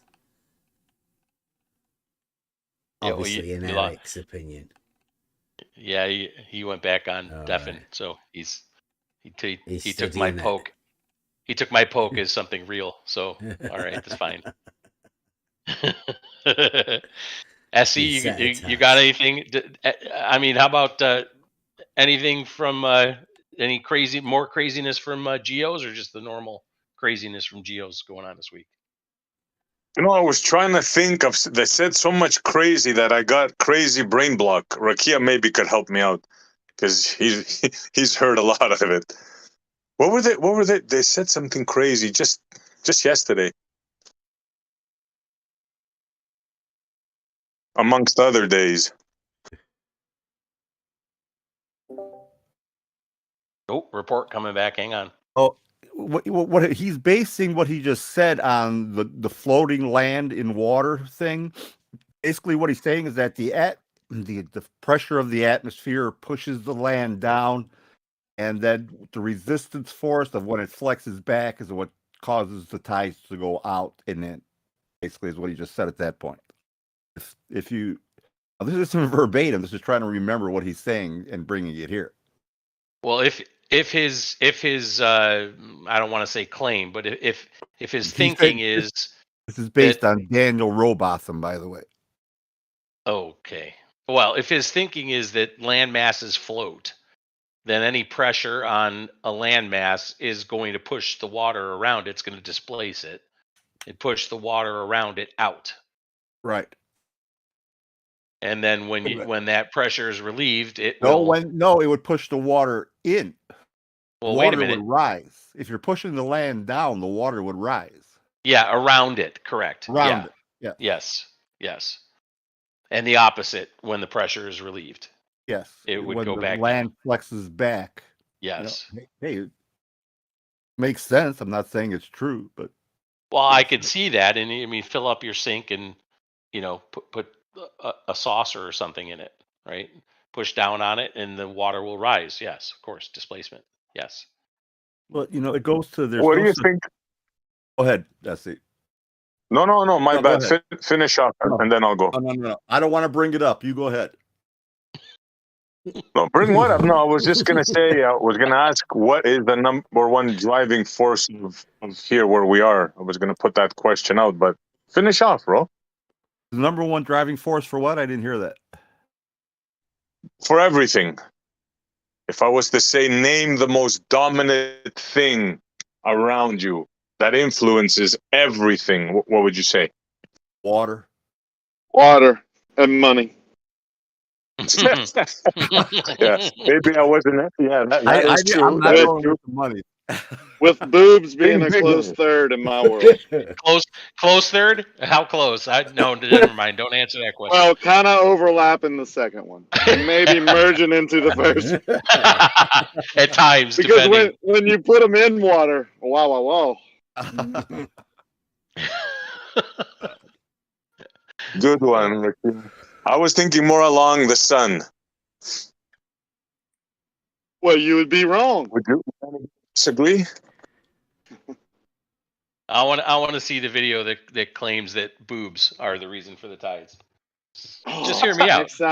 Next time they ask, we got to make pictures and videos and memes and stuff. I know, right?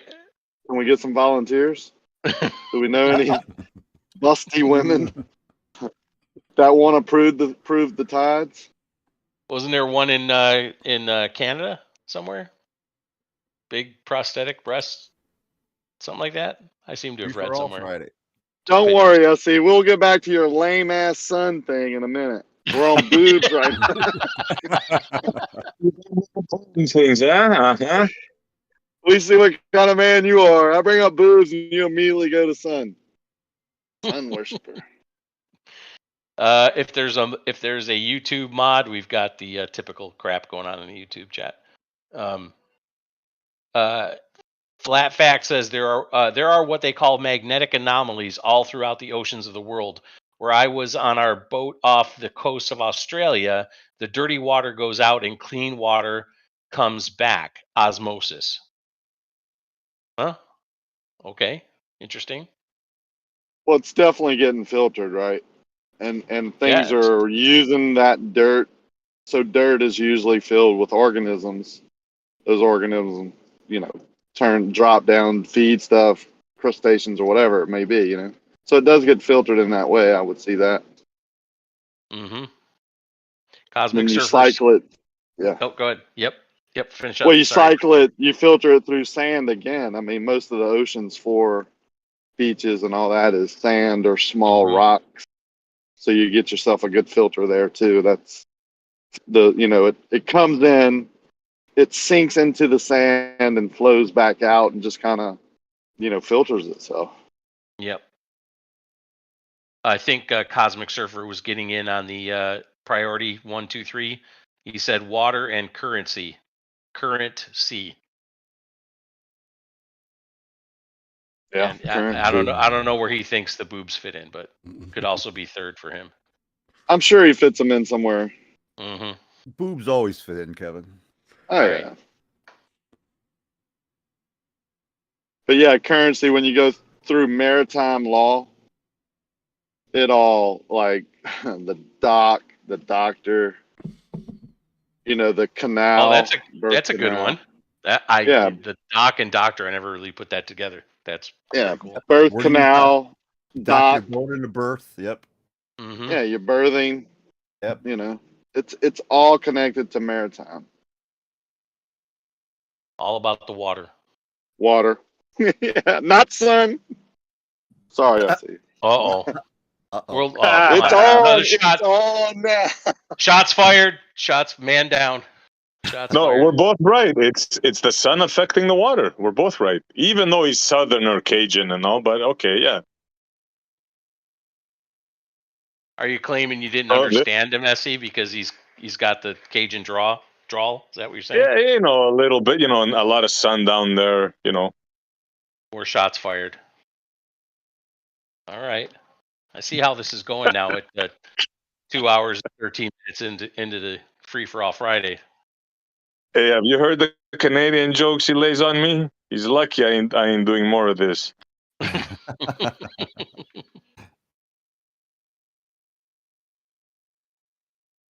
Oh, but another thing, I don't want to say when we make fun of geos and right? But it's not the server I'm making fun of, it's the people, a lot of the trolls. But lately also we had some good conversations about magnetism and shit like that.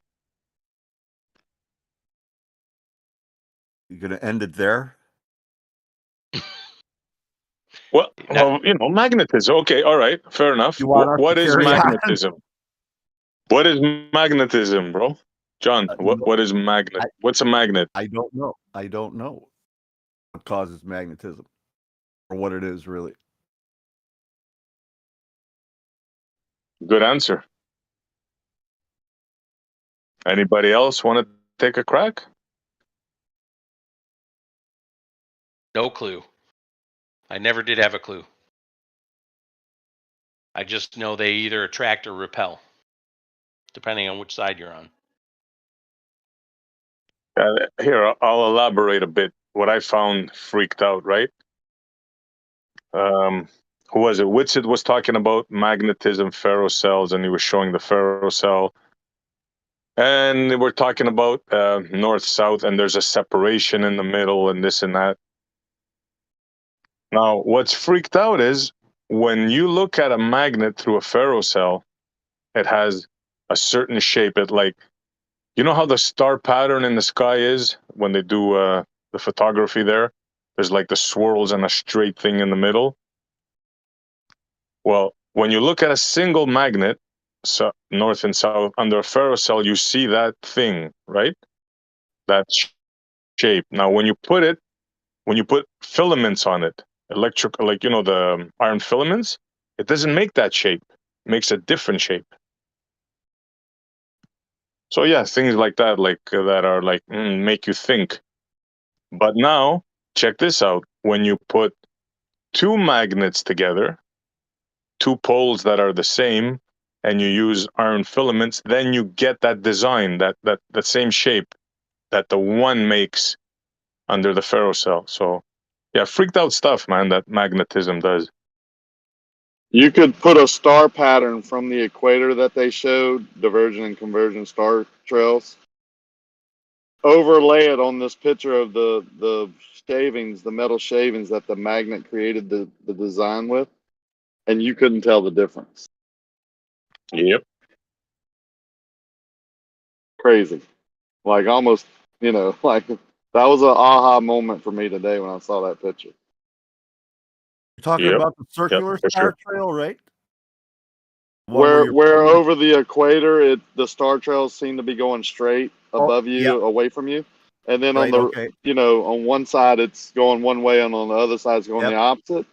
Yep. The shavings create that same pattern with this magnet. Wow.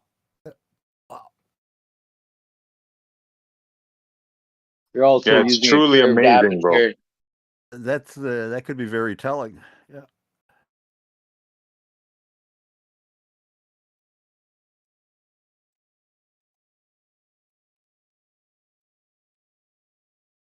I just found a ladybug in my house.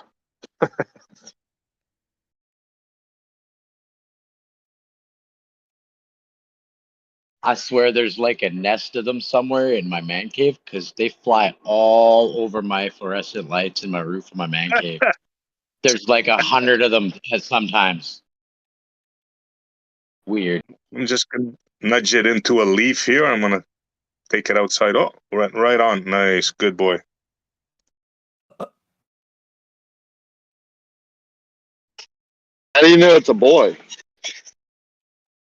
Yeah, did you just misgender a ladybug? True, you're right. Yeah, they are ladies. called You know lady. why? Most probably because they eat the males. They eat the males upon mating. Yeah, so it's probably a lady. I was thinking they were bugs.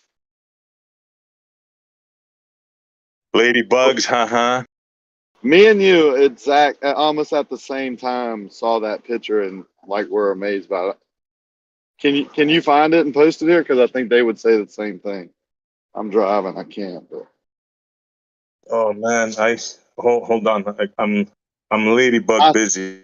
Hold on. think I took a picture of it. I'll find out.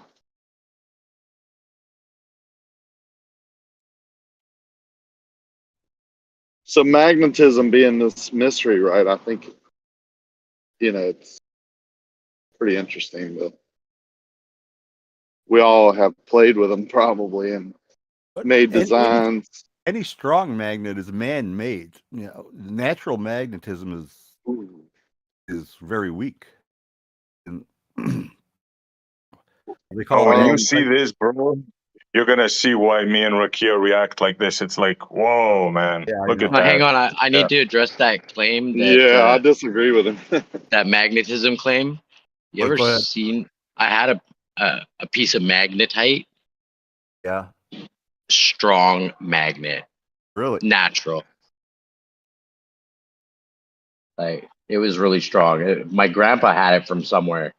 I don't know whatever happened to it, but it was just a piece of rock. It looked like, but it was a magnet. And it was strong. It doesn't have poles, correct? No, I don't think it had any poles because it was just like a chunk of rock. It's weird. Well, I won't say. I think the center of those are considered to be the pole, like the exact center, which is kind of weird.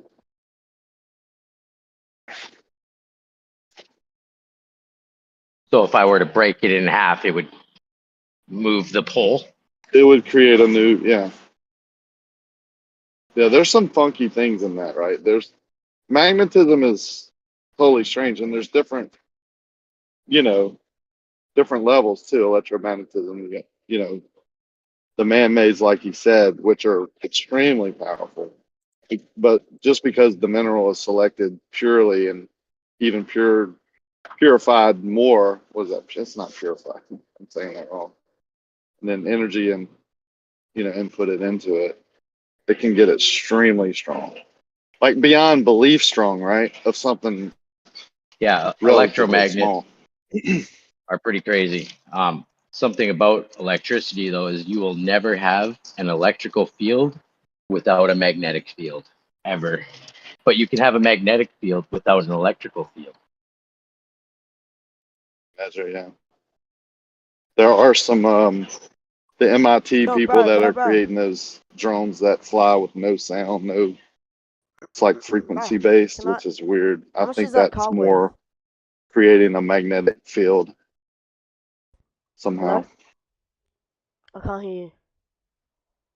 So you're floating or maneuvering around in a field, and you can resonate that, whatever, that push or pull of poles to make you levitate or go in one direction or the other, up and down, all directions. No such thing as pull, Ricky. I'll I- push. All I movement. got you. It's an easy way to I describe understand what it. you're saying. Yeah, I know direction, right? No one uses vector, or you know what I'm saying.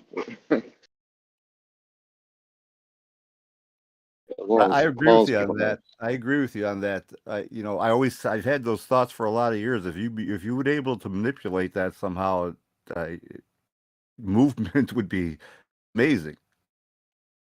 Yeah, direction wouldn't be so important, right? Like you could go in any direction, any angle at any time, and then reverse it, or go in any direction from that at any time. Like it would be, time involved in the amount of energy wouldn't be that much to just totally redirect them. I think that people are seeing in the UFOs that are going zip zip zip. That's basically. I agree, but I just don't know how someone like Has a gained man or this woman charge. Pardon me. Well, I'm saying it could be man-made, or it could be something that has just generated this energy or this field in nature and is zipping around, on its own. Okay, I had a UFO experience that I had to say that's the way it was moving, because you could see the air around it actually fluctuating. So, that's when I started thinking about that. It's got to be somehow magnetism, that they're manipulating magnetic fields somehow. Yeah. Watch slow motion film of even a bullet, right? Creating like the friction, the static, and pushing through the medium, which is we call air, but it's even when you slow it down like that, it looks like a fluid. And then when the bullet is going, shaped a certain way and going through it, it creates a pattern. You can put fins on.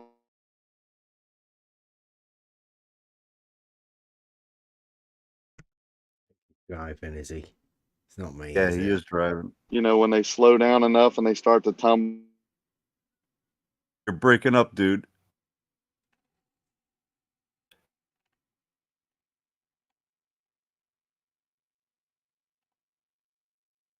Yeah. Must be in the tunnel.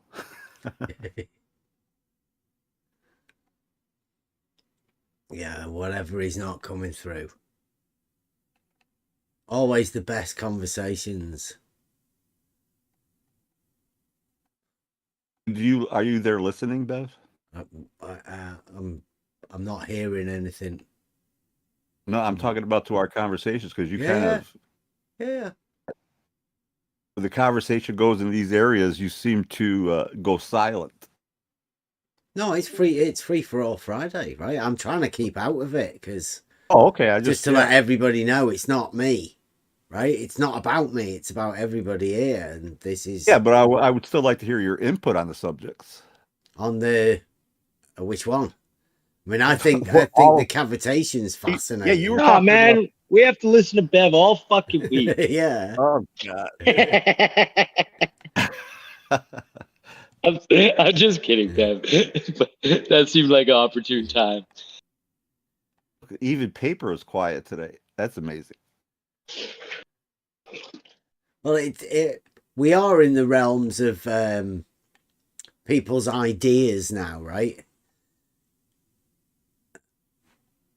Just to let everybody know that's listening, right? This is what we do. We talk about things. Nothing anybody's saying is any fact. There's no proof for any of this sort of stuff. It's No, just thoughts. Yeah, expressing our thoughts. But if you want to talk about proofs, Bev's got you covered.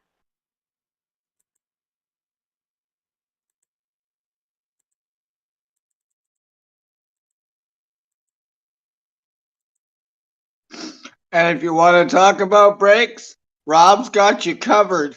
Wicka wicked.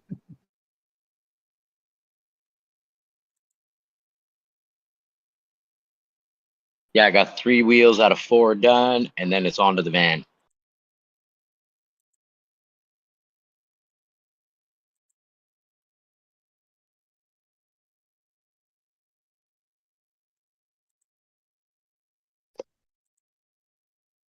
Rob, you're not one of them.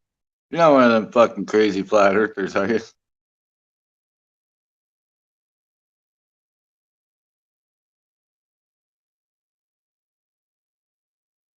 I hit the wrong button. You can call me a flat earther if you want. I don't mind.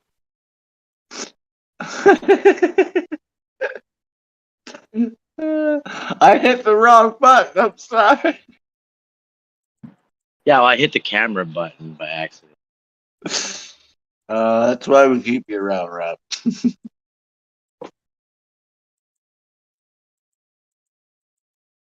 For all of you listening on YouTube who seem to think that we're flat earthers, we really aren't.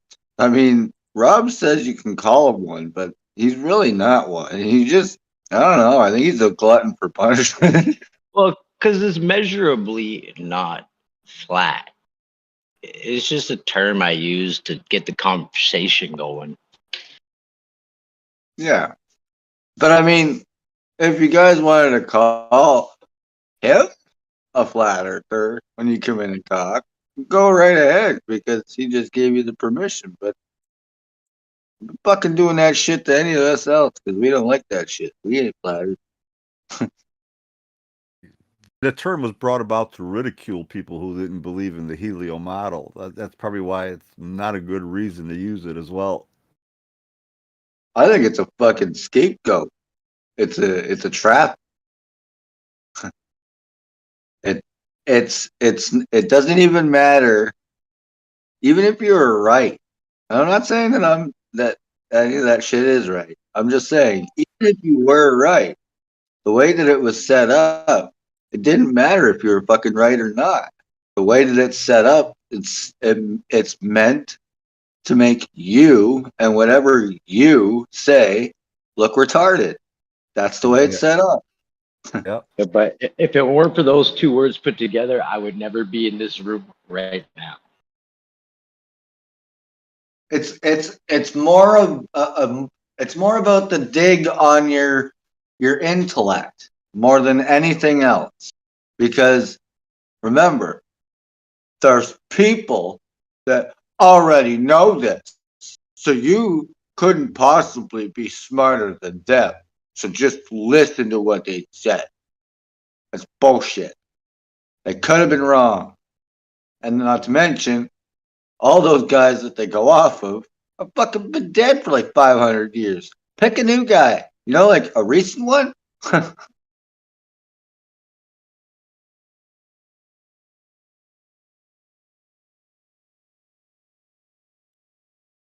Like Elon Musk? Wow. I mean, if that's out of the lineup of mugshots we got.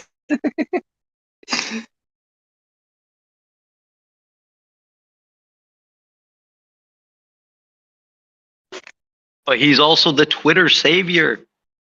Yeah. Yeah, he is. He's also the guy that warned us about AI. Fuck.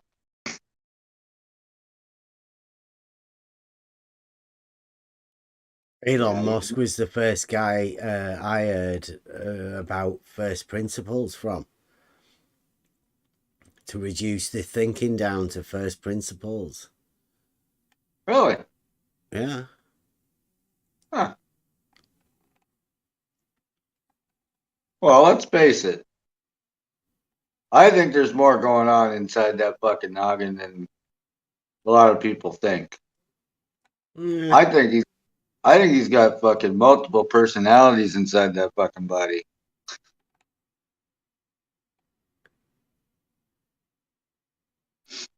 Because sometimes he talks like a fucking idiot. Sometimes he talks like he's actually been saying something that you might want to listen to.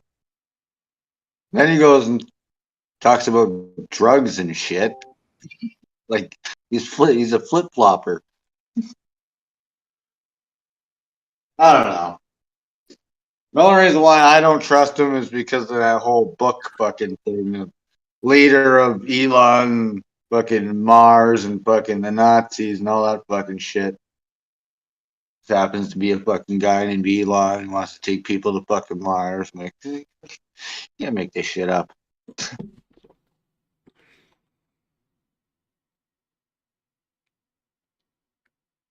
I think he's just a fall guy anyway. It's funny how you don't hear anything about fucking NASA anymore. It's always SpaceX. Where'd NASA go? They're not a thing no more? Let me guess. They lost the technology and it's too painful to do. Does anybody think the U.S. government's going to move away from SpaceX now that because he owns Twitter and he's unbanning everybody? Yeah, wait till he unbans fucking Trump. Is he gonna? Well, they said they were planning on doing that, but they're gonna move over to Bezos with the blue penis. Is that what they're gonna do? You think with their charades? Well, they got to go somewhere with it. You can't just let that shit hang.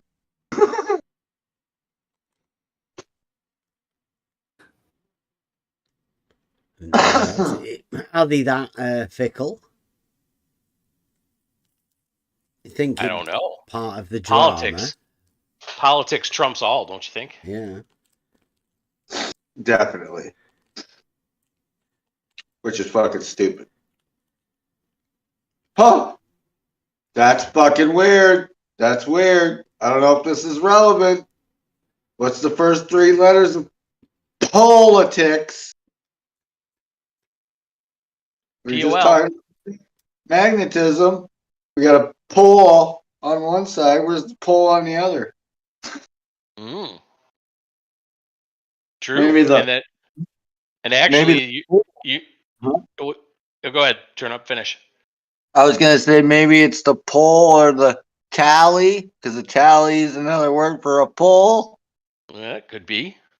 I was gonna say that kind of fits with the poles being opposite one another, and then in all these government setups, you've got in America we've got the Democrats and Republicans. In Canada, you got the Liberals and Conservatives.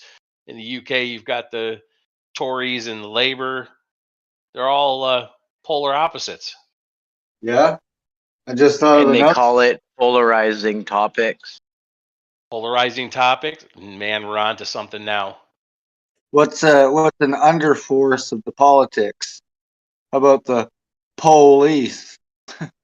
It's just the two sides of the same coin, or the two poles of the same magnet. It's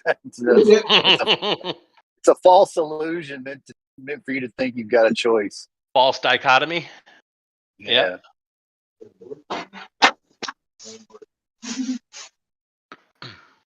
I would agree with that.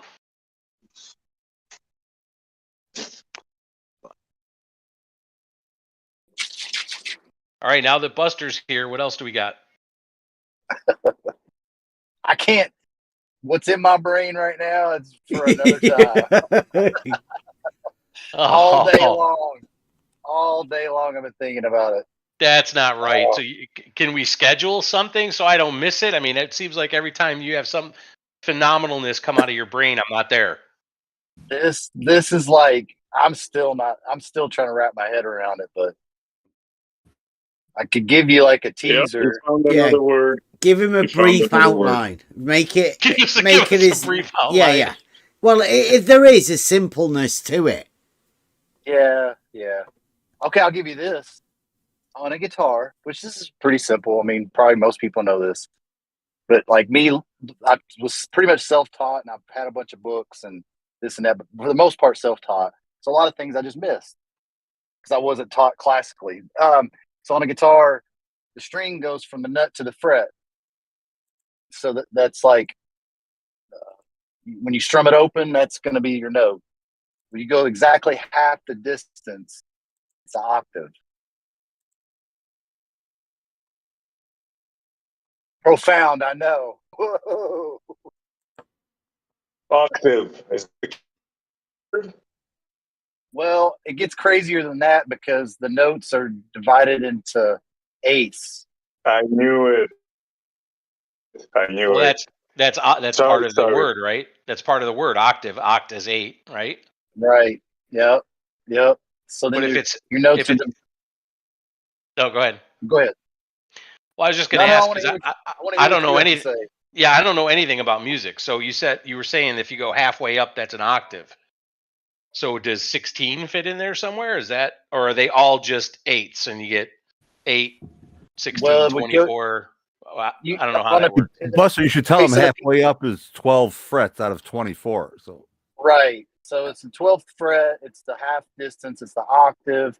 Your notes, your major notes are divided by eighths. Well, now if you look at a keyboard, it's a little bit easier. So if you start at middle C and you go on the white keys, 8 notes, you're going to end up at C again. And then the black keys are your sharps and flats, or it'd be either sharp or flat, same thing. But your white keys are those. They're divided into eighths. Now, what I've been thinking about all day, ratios. And I just found out last night that when they went from the keys, they were really actually pipes. Pythagoras that transposed, supposedly, now this is as the story goes, they made the leap from the pipes to the string, and he used they're saying Pythagorean ratios, and I'm like, that's where it gets crazy. Just wait, it's like. Are you talking about the Fibonacci? Does it have to do with 8, Buster? Does it have to do with the number 8? Because octave, octo in Greek means 8. Well, this is still in its infancy and working through this, but there's a lot of interesting stuff that goes on. But from 8's also infinite. Well, I mean, you've got the whole 8 idea going on with it, but it circles around on itself. So you start at C and you go 8 major notes, and you end up back at C again. Look at that, man. It can't be a coincidence, right? Yeah, right. Grammatically, you have 12. Why? Well, you're using all the notes within the scale. Right. I mean, it depends on which scale. Well, you're using the sharps or flats grammatically. Oh, so 12 if you're using the sharps and flats? Yeah, you go C sharp, D sharp, okay. E. I never realized that. That would be a chromatic scale. Correct. Right. Well, and that would take you to the 12th fret on the guitar. I'm trying to keep it simple. Like, I know you're not wrong. You're right. I'm just like on your major notes. So like when you go from C to D, it's 9/8 is what they say the ratio is. 9/8, you said? It gets even crazier. Is that what you said, Buster? I didn't hear you correct. Is that what you said? 9/8? Yeah. So the ratio from the note is from C to D is 9/8, and it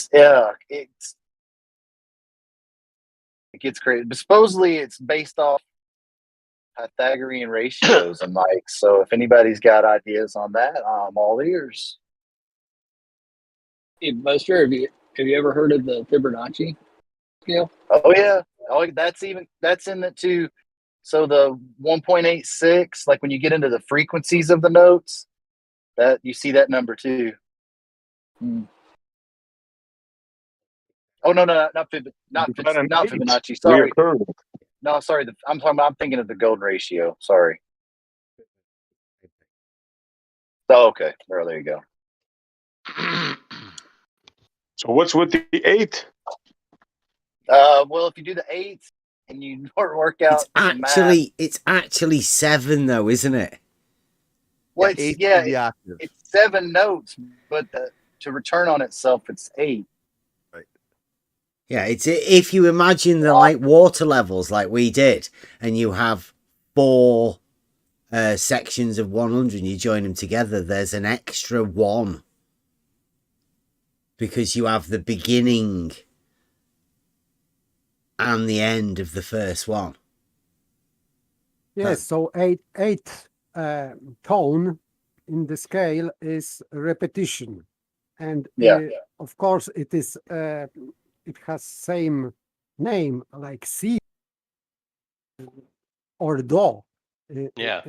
But it is a higher pitch. It means that this first C1, and you have octave from that C2.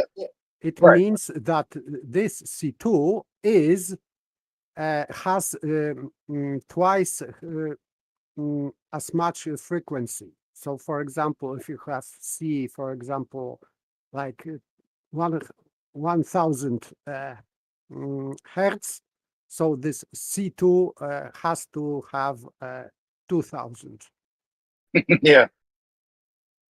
But the frequencies, what was crazy the other day, now I'd have to go back to what I had written down. I don't have it memorized, but it was when you start looking into like the frequencies, like let's say you do tune to the A to the 432, all of your other notes have different frequencies. Like people get kind of confused with that 432.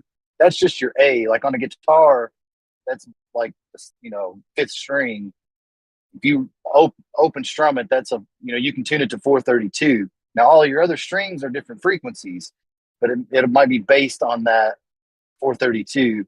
Well, when you start going to the different notes and the different frequencies, certain things start to get crazy, like the eighths, like from, I can't remember which note it was. When I worked out the math between the frequency of A and another note, the difference was 168. That number sounds familiar. Also, I don't know if a lot of people are familiar with like tuning, say a guitar. I guess a guitar would be the easiest way to experience it, but the vibration that the waves or whatever in the tuning, when you're tuning a guitar, it's really like permanent. Like you can really hear that disdain, I guess, between the notes if they're not in tune. And then the harmonics. What's that? Yeah.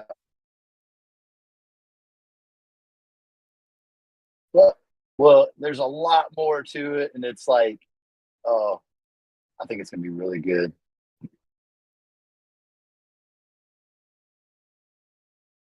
I hope I didn't.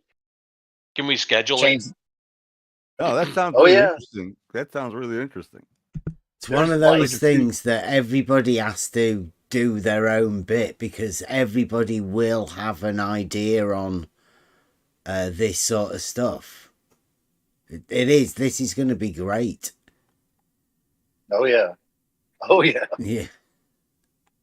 Well, for me, like the thing out, the picture we had each note like as a diameter. So like from the C to C as a diameter. No, I'm sorry. It's like what paper was saying, C1 to C3.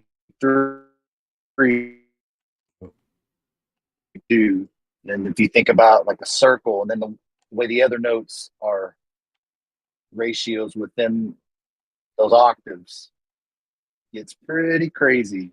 I mean, it all pretty much ties together, like hand in hand with the frequencies, with the ratios. It's wild. Anybody want to take a guess what the eighth is numerically? I think it was the frequencies. Yeah, how the eighth ties into frequency. Water? Does it have anything to do with water? Well, no, just a specific number. Oh, a number. How about 33? Yeah. There you go. Yeah. Hey, come on. That's the cavitation point of water, bro. No, it's it's the eighth of what was it? 432. Yeah. When you start doing the eighths within the frequencies, yeah, it's 30. It's actually more like, I think it was like 33 point something. For real? Yeah. Yeah. Wow, man. I just took a stab at it because I knew it's got to have to do something with water. I did exactly the same to Buster. Hey, hang on. It's probably 33.33333333333.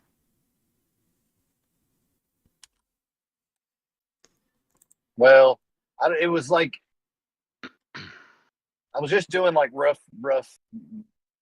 maths with the frequencies and the division, like the ratios, and yeah, it ends up being like 33.4 or 5 or something. The eighths. It's crazy, yeah. So there's like a whole other, there's a lot more to it. And the Pythagorean ratios involved, like I'm still like just trying to wrap my head around it.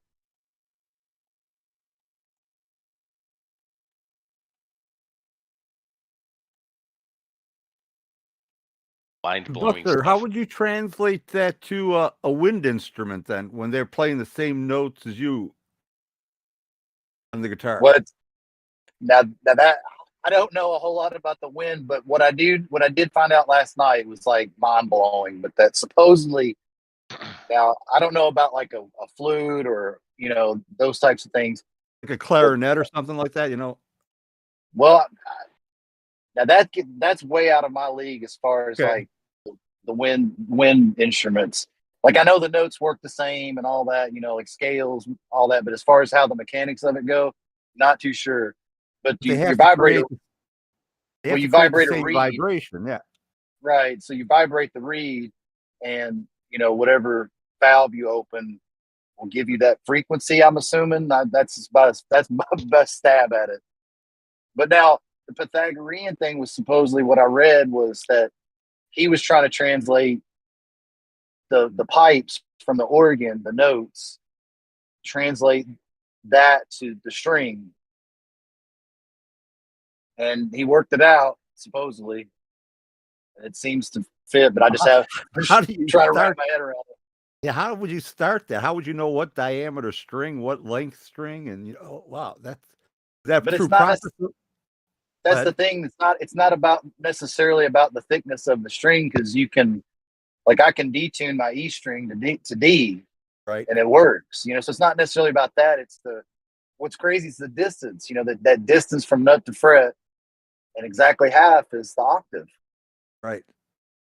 I don't know, man. It's like, I think it's a great conversation. What is the distance from nut to fret? Yes, you should do it. Like, it won't be like at first glance you think it's not like exact, but when I read into it more, it's that you're supposed to measure off the tensest part of the nut and the bridge. But like on mine, it's 60. One of them is 65 centimeters, so 650 millimeters.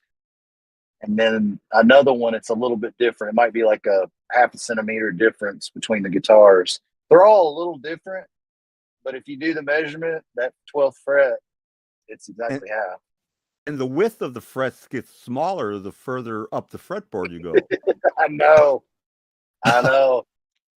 That's what was one of the things I looked up, was how do they do the frets? And it's they say it's the Pythagorean ratios. So from open E to that second fret, which is their F sharp, that's the 9/8. And then like I'm I'm trying to wrap my head around Buster, I'm sorry, I don't mean to interrupt, but what do you exactly do you mean by 9/8? It's a ratio, right? 9 divided by 8? No, No, no, it'd be one the extra extra eight. eighth.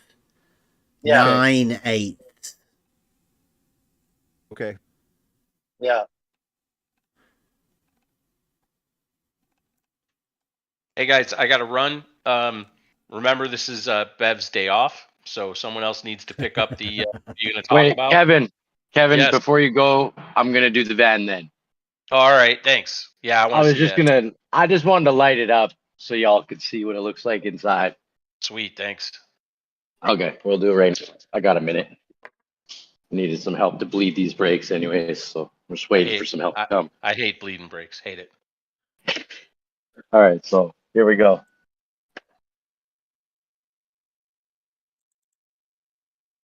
Oh, There's look at that. I should change the color because it's got this weird thing that happened to the material in behind, and it went all webby because that's the material, the light coming through the material, but and then the amp wall, the back speaker wall, and it's a memory foam bed, so it's like super comfortable. How big is that? Is that a television? That's a television, right? That's a 42-inch TV. Yeah. Nice in a freaking So van. he just lays in bed here, turns all his little buttons on, and then That is we got so the fire. We got the fireplace here. Oh, fireplace too. Get Dude, how the long heck out. is that van? It's an extended van. Oh, why is I'm missing a power somewhere? More stuff to Because fix, the Rob. fireplace, yeah, this thing hasn't been on the road in 4 years, so. And then he's also got the skulls embroidered onto the factory seats. And then we made a third seat in the middle with another fifth subwoofer in the front seat here. I got some of the dash pulled apart to do some testing, but and then, Rob, that's a far cry from staring at brake pads. right? Yeah, I built this thing about 7 years ago, Buster. I'm just joking. Old joke. Also have vodka skulls that light up. And then that's also on top of the fridge that also lights up inside. It's beautiful. So we have it on all red right now. You see the switch panel? So we can go all blue. So now the whole van is blue. That's sweet, man.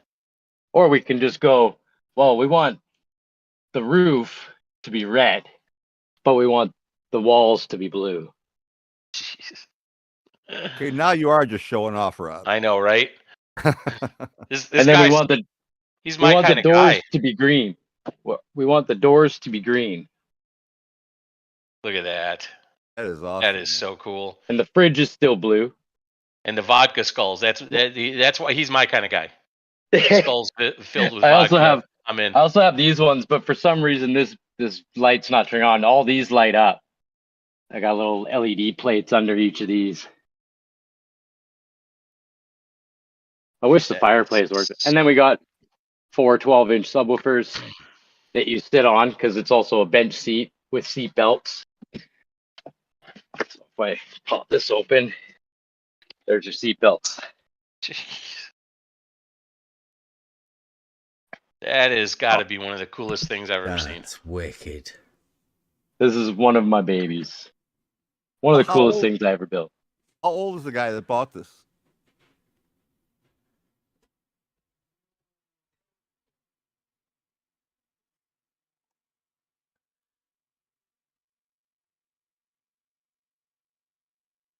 Is he still there?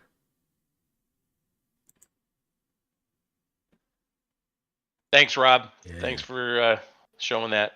All right, guys, I got to run. All right, catch you later, Hope to talk to you over the weekend. Don't let Bev do a lot more talking. Great one. All right, talk to you guys later. Catch you later.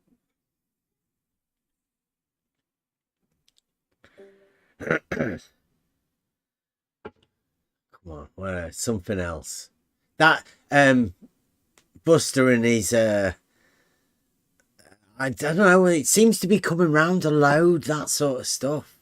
It's the ratio, the proportionality, whether you how like I think I understood it from Euclid.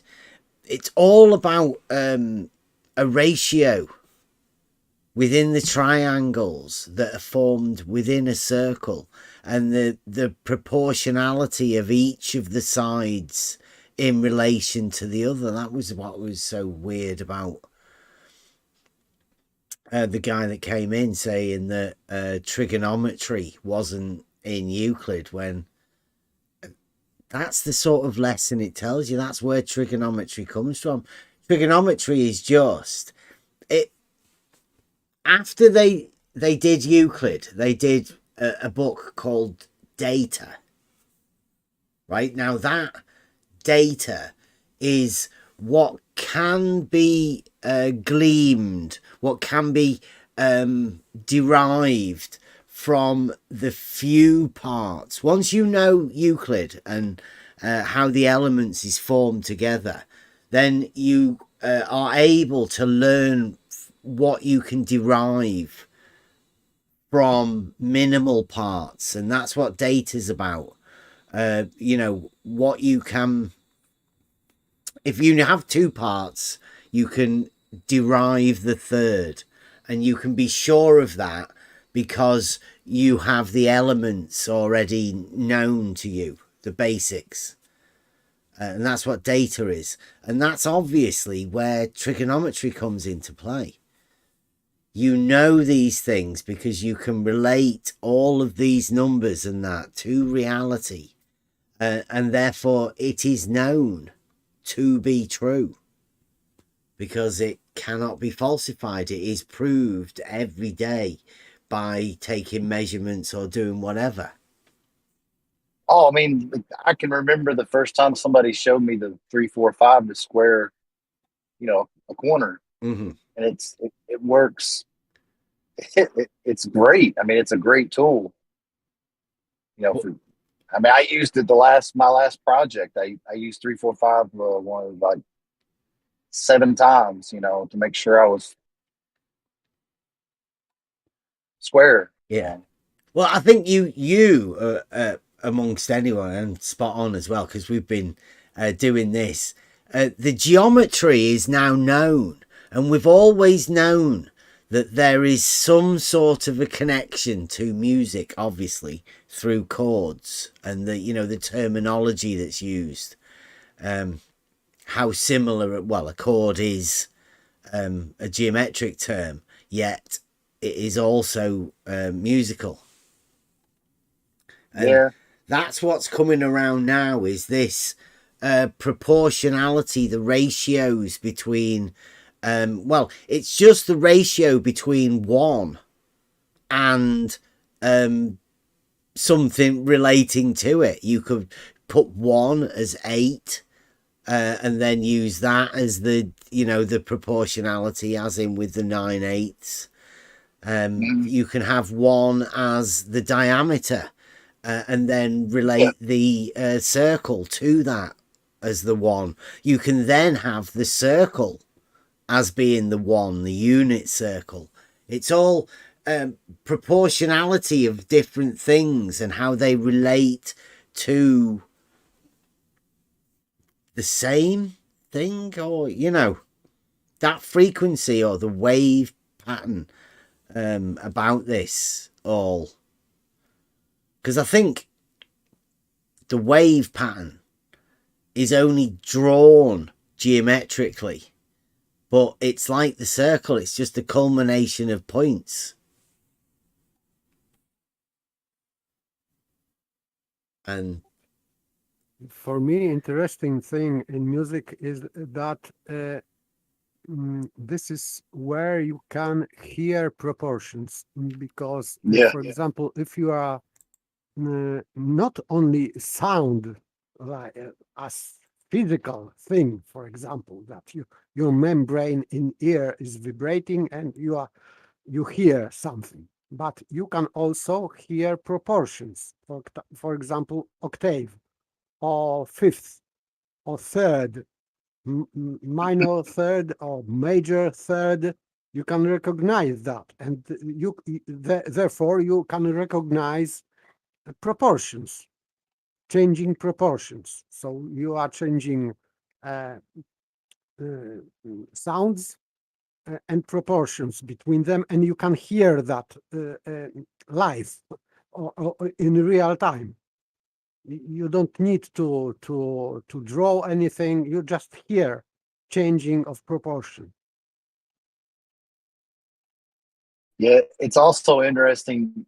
I heard somebody say long time ago, that when they the frequency, they call it hertz. And I don't know, I'm not sure why exactly, but they say before that it used to be, it was called cycles. So it'd be like Cycles per second 432 was named cycles. after a man. The man's name was Hertz. That they named it after. Hertz is just name. Yes. Yeah. Yeah, so it used to, German. people used to refer to it as cycles. Yeah.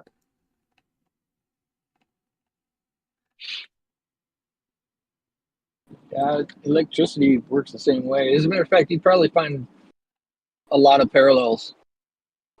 Pardon the pun. Well, it is. It's all relating to reality, nature. You know, they're all intertwined and linked together.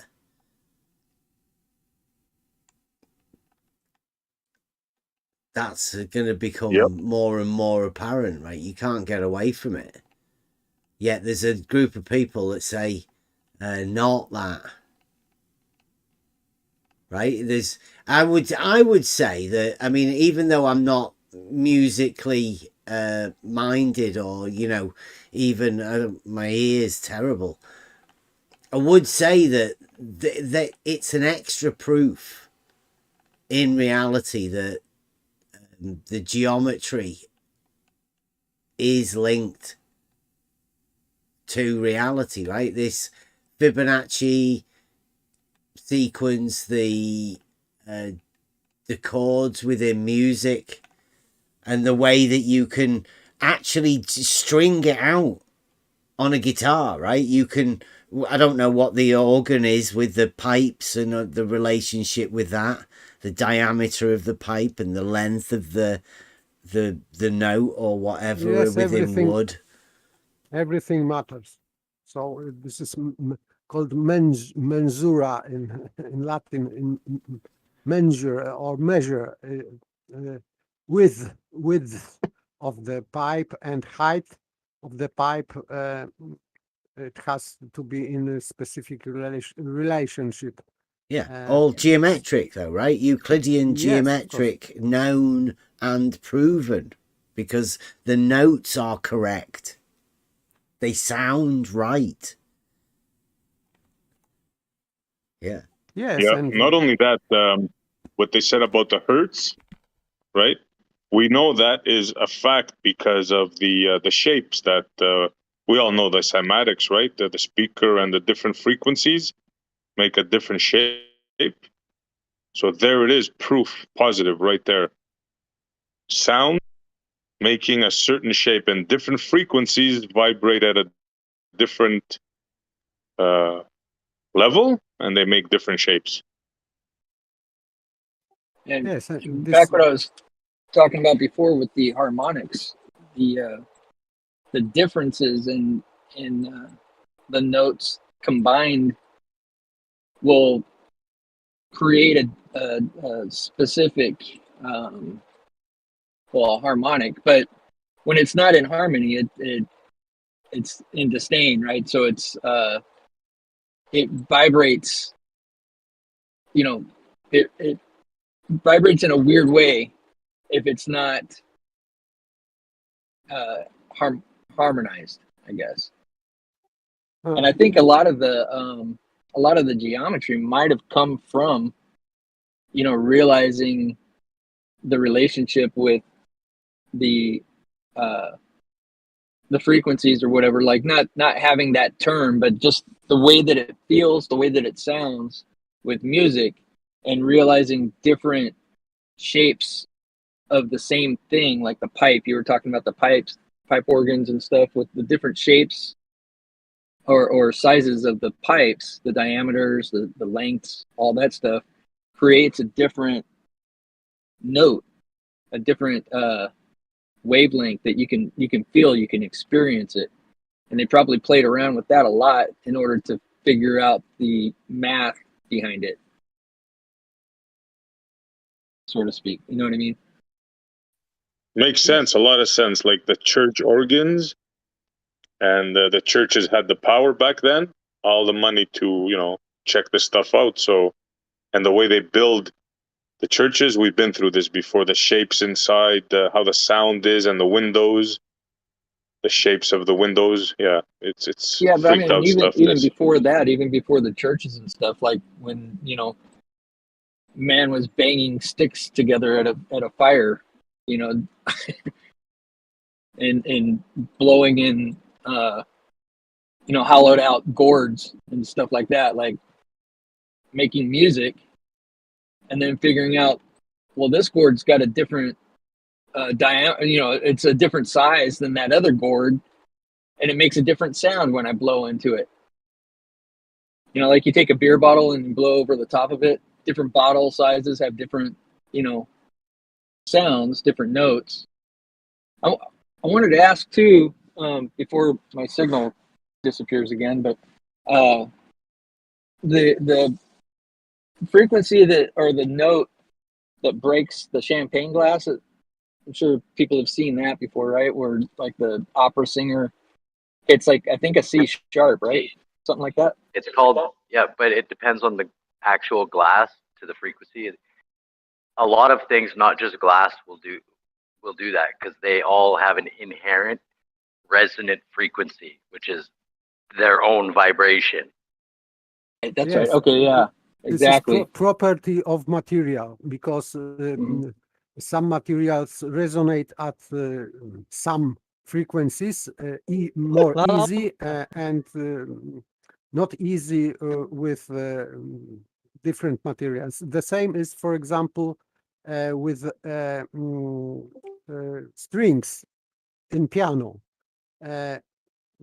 If you are pulling or you are hitting key on the piano, and you are using this sustain pedal, which makes your all strings free, then you can hear that the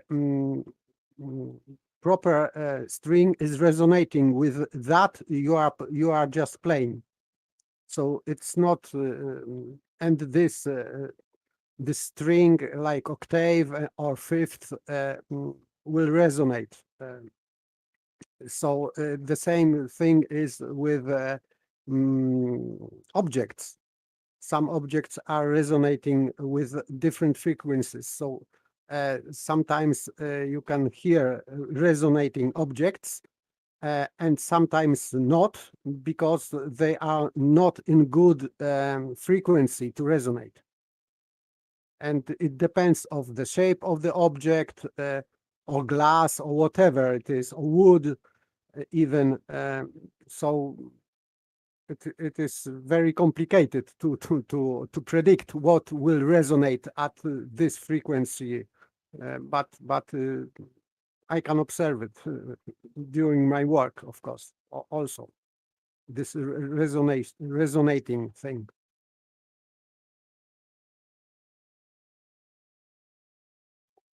But with the bottles, you can make instrument just filling these bottles with water partially. You can just fill with water and check the sound, and you can make them temper the bottles, and you can make like vibraphone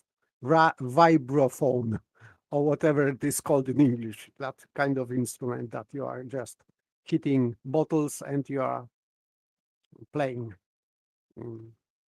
like on vibraphone. kids in preschool are learned how to play that kind of and make that kind of instrument. So this is very good idea how to learn kids how to hear, because if you fill the bottle with more water, it will sound lower, and if you pour less water, it will sound in higher pitch. So you can just temper your own instrument. And for kids, I think it is very good for learning how to hear, to improve their hear sense in regard of music. Yeah, I've never had that sort of stuff, you know, with the learning. Were you ever taught anything about the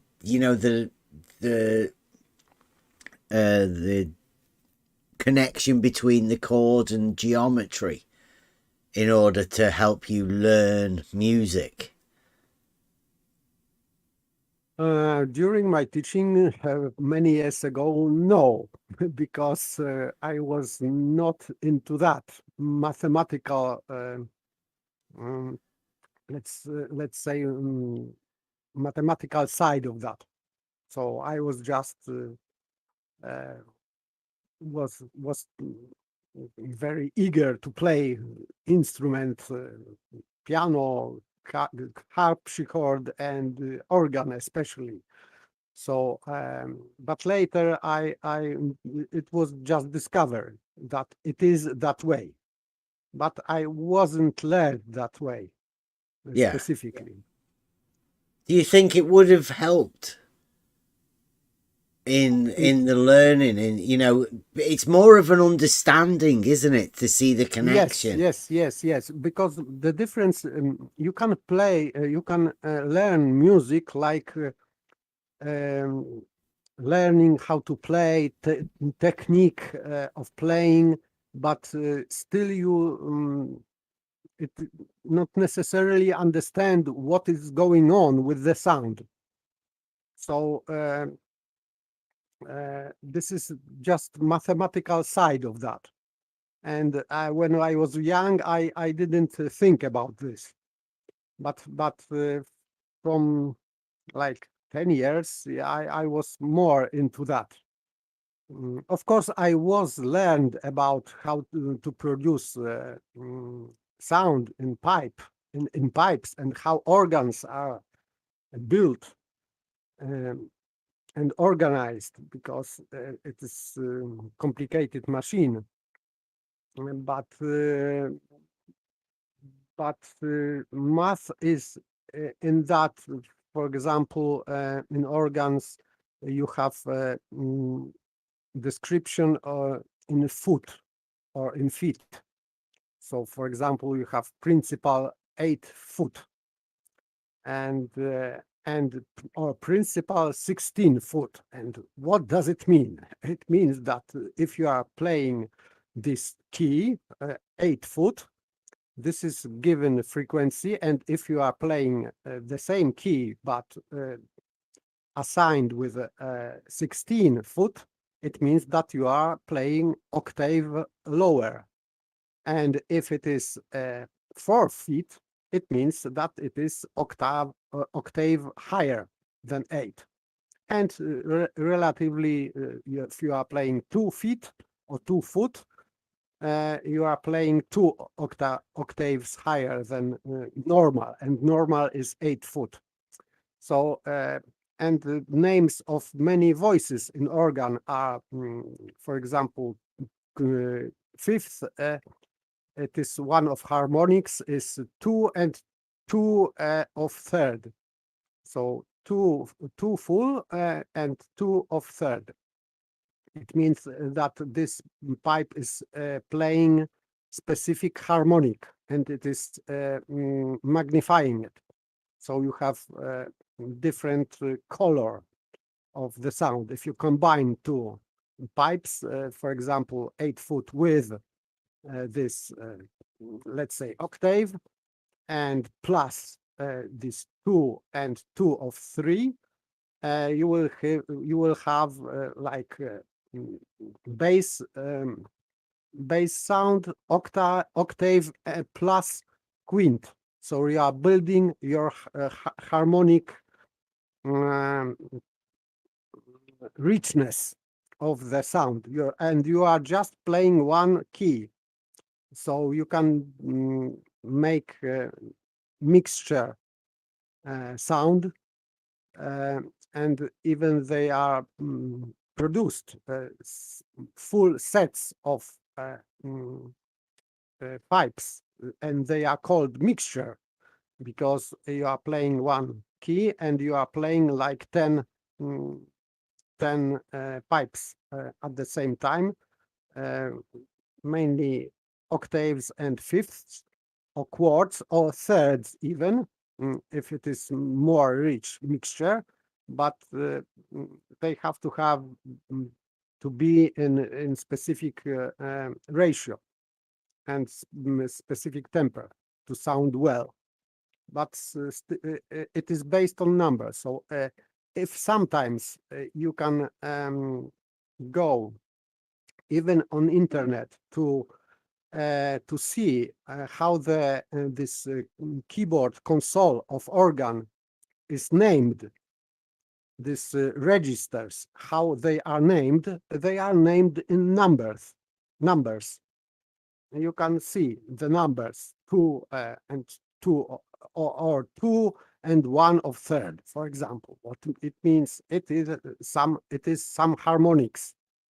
This voice is some harmonics. So it is geometry, and it is proportional, and it is mathematics.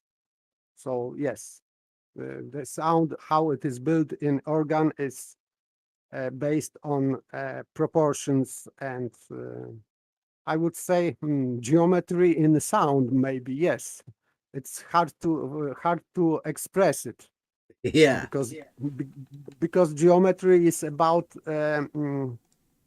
space, and here and sound is rather about time, because if we are talking about frequencies, then we are talking rather about time.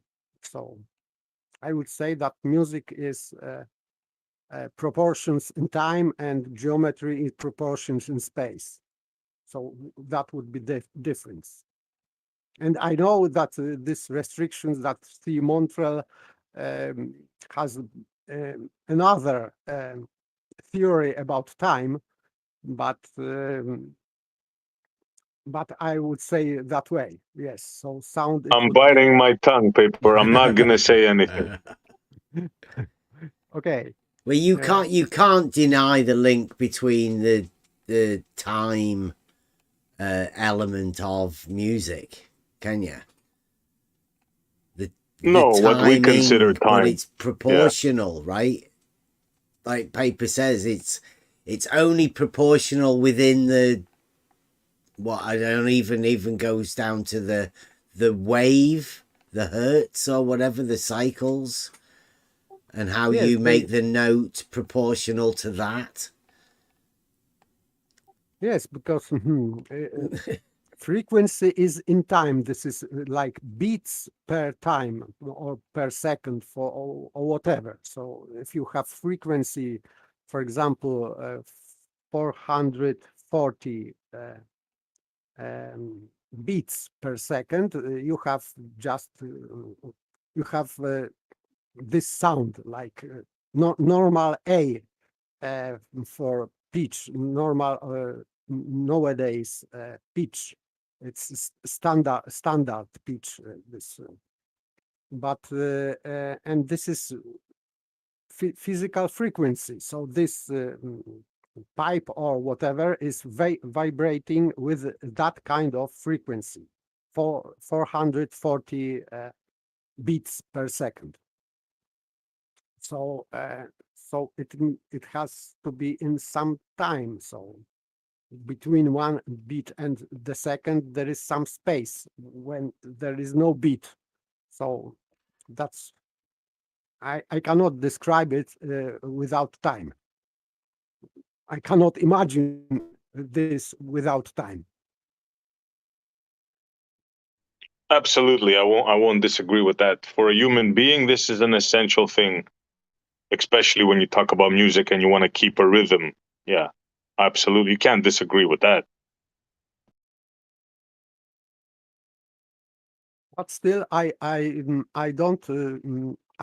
don't dare to define time, and that's why I stick to Aristotle's definition, because this definition does not say what time is, because it cannot.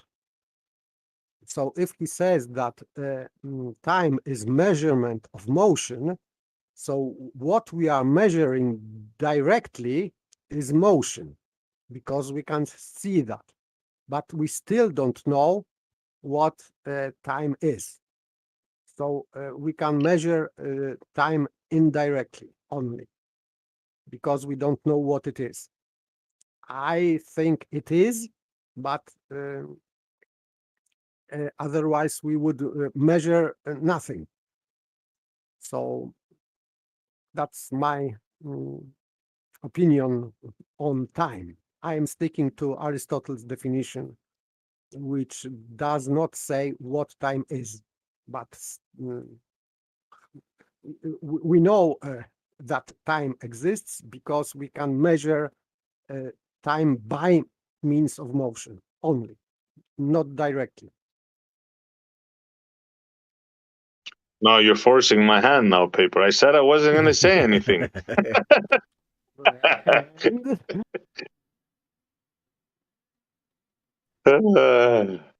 I think it's all a ratio. Like I was saying to Buster, since this came around, right, it seems that everything has to relate to something else.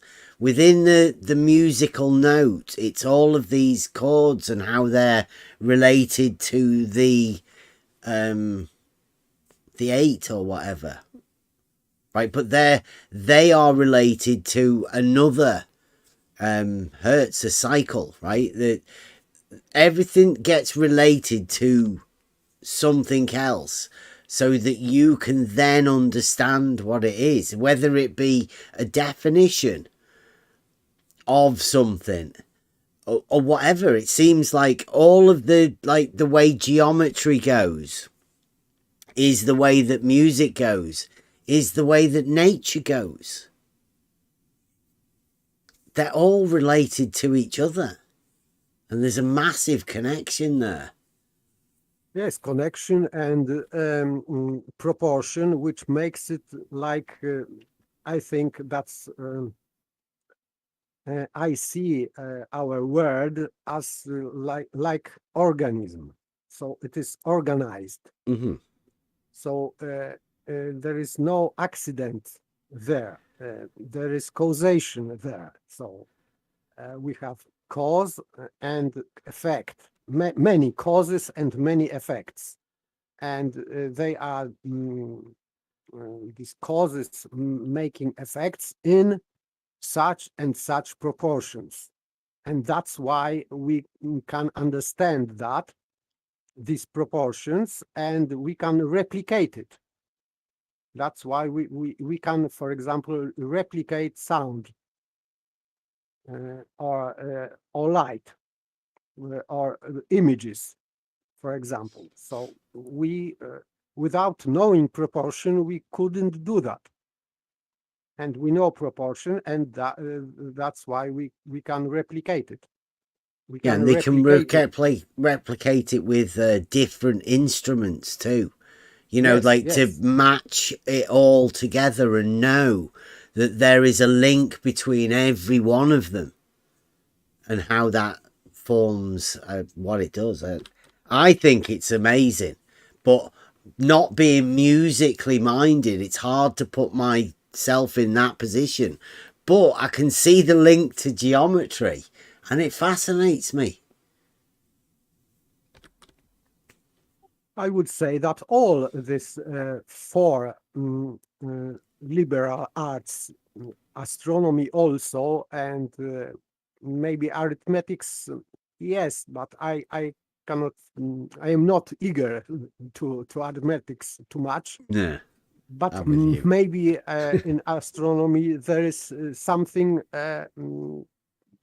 some proportions which astronomers can see. I am not into astronomy. I am nearly illiterate in astronomy.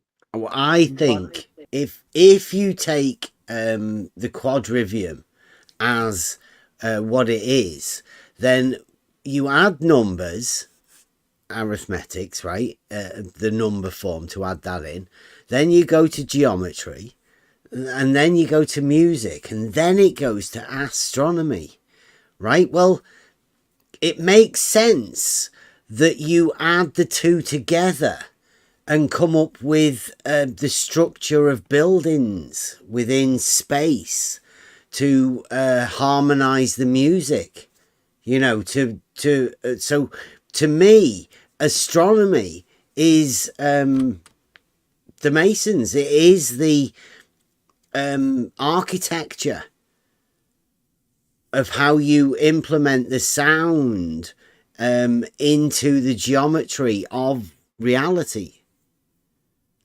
So it's like, it doesn't make sense for you to go through all the way through the trivium and then that, and then go, look at the lights in the sky. It doesn't make any sense. It makes more sense to me that it would be the architecture of these magnificent buildings that they used to make to keep choirs and the big organs.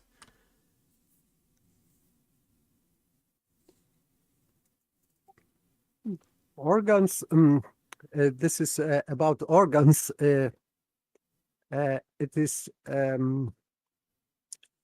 like guitar has a resonating box, and the whole guitar is resonating box beside strings. Yeah. But in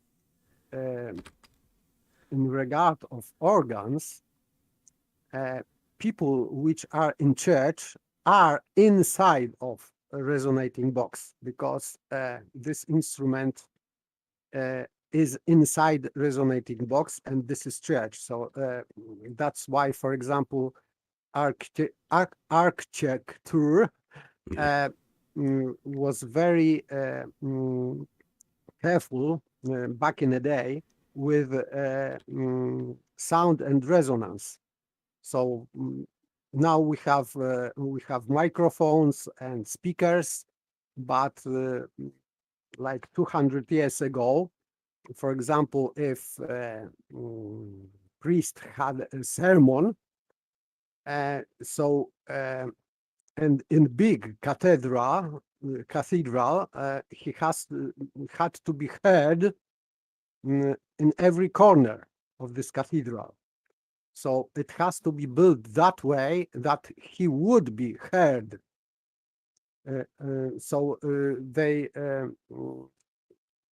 Architects were learned very carefully about acoustics, and therefore about sound also, in mathematical sense, of course. And of course, organ builders also, they had to consider the building and architecture of cathedral or church and acoustics to make organ sound better. Same like, for example,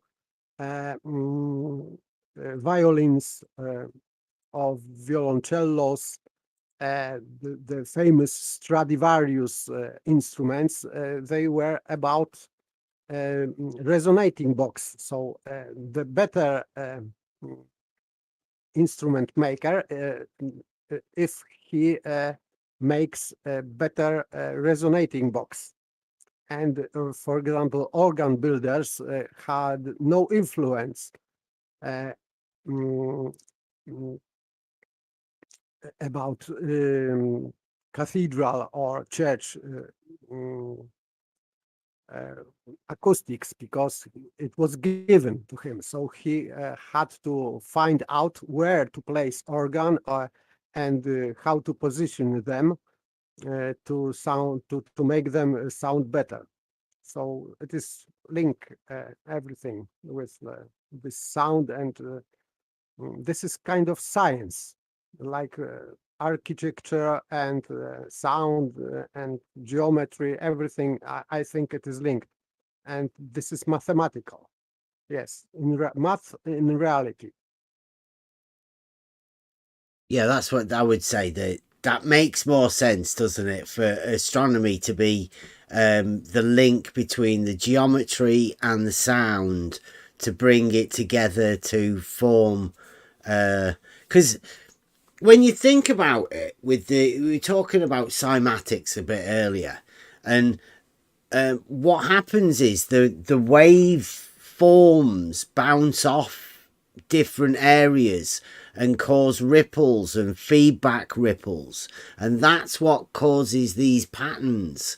Once you hear the harmonics at a certain thing, then the wave patterns form, cross over, and they do all sorts of strange things. Well, if you can breed into the architecture some way to enhance those forms of waves or whatever, then that makes sense to put the geometry together with the sound to end up with what we have. And isn't it weird that there's a lot of people in here that are into sound? Yes, I am. Well, it's not only you. There's a few speaker builders, and there's a few sound technicians and guitarists, and those speaker builders and sound technicians. Yeah. We all also there's this interesting thing called standing wave. I don't know if you guys know what a standing wave is, but it's when two opposing identical frequencies meet, they cancel each other out. Yes, yes. So you get almost no sound, no frequency in that spot. Yes, if you waves meet are in the middle, yes.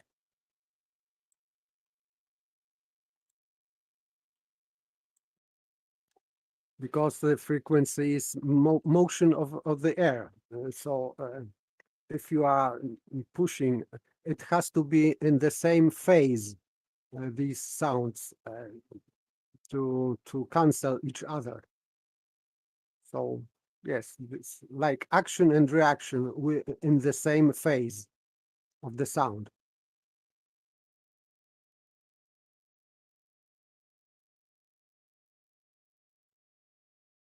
And rather, if you are building chamber for sound, you are rather avoiding that kind of things. So it is not good to have that dumb place in the chamber or in the room. Rather, people think to propagate sound better, or more equally, let's say. Yeah. Well, even when you think of, they call them the amphitheaters of old. I mean, how far did they suppose that they could make sound travel? Just with natural. Yeah, they built this like sphere shape, concave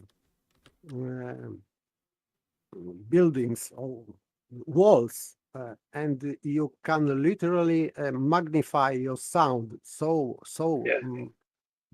big that you They turned it into a giant speaker.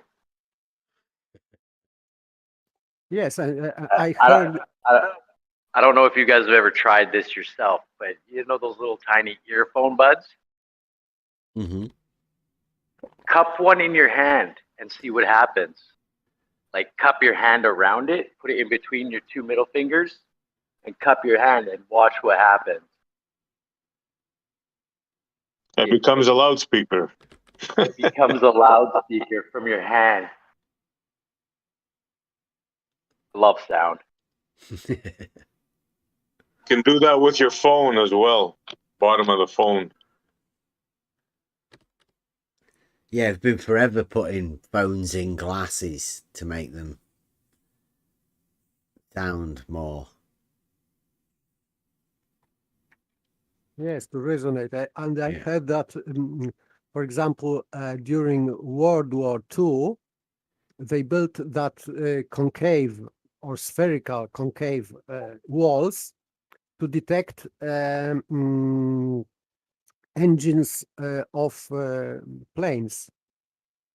So if they were very far, and normally people couldn't hear that, but concentrating this sound on the this concave surface and bouncing from that to ear of the listener, he could hear very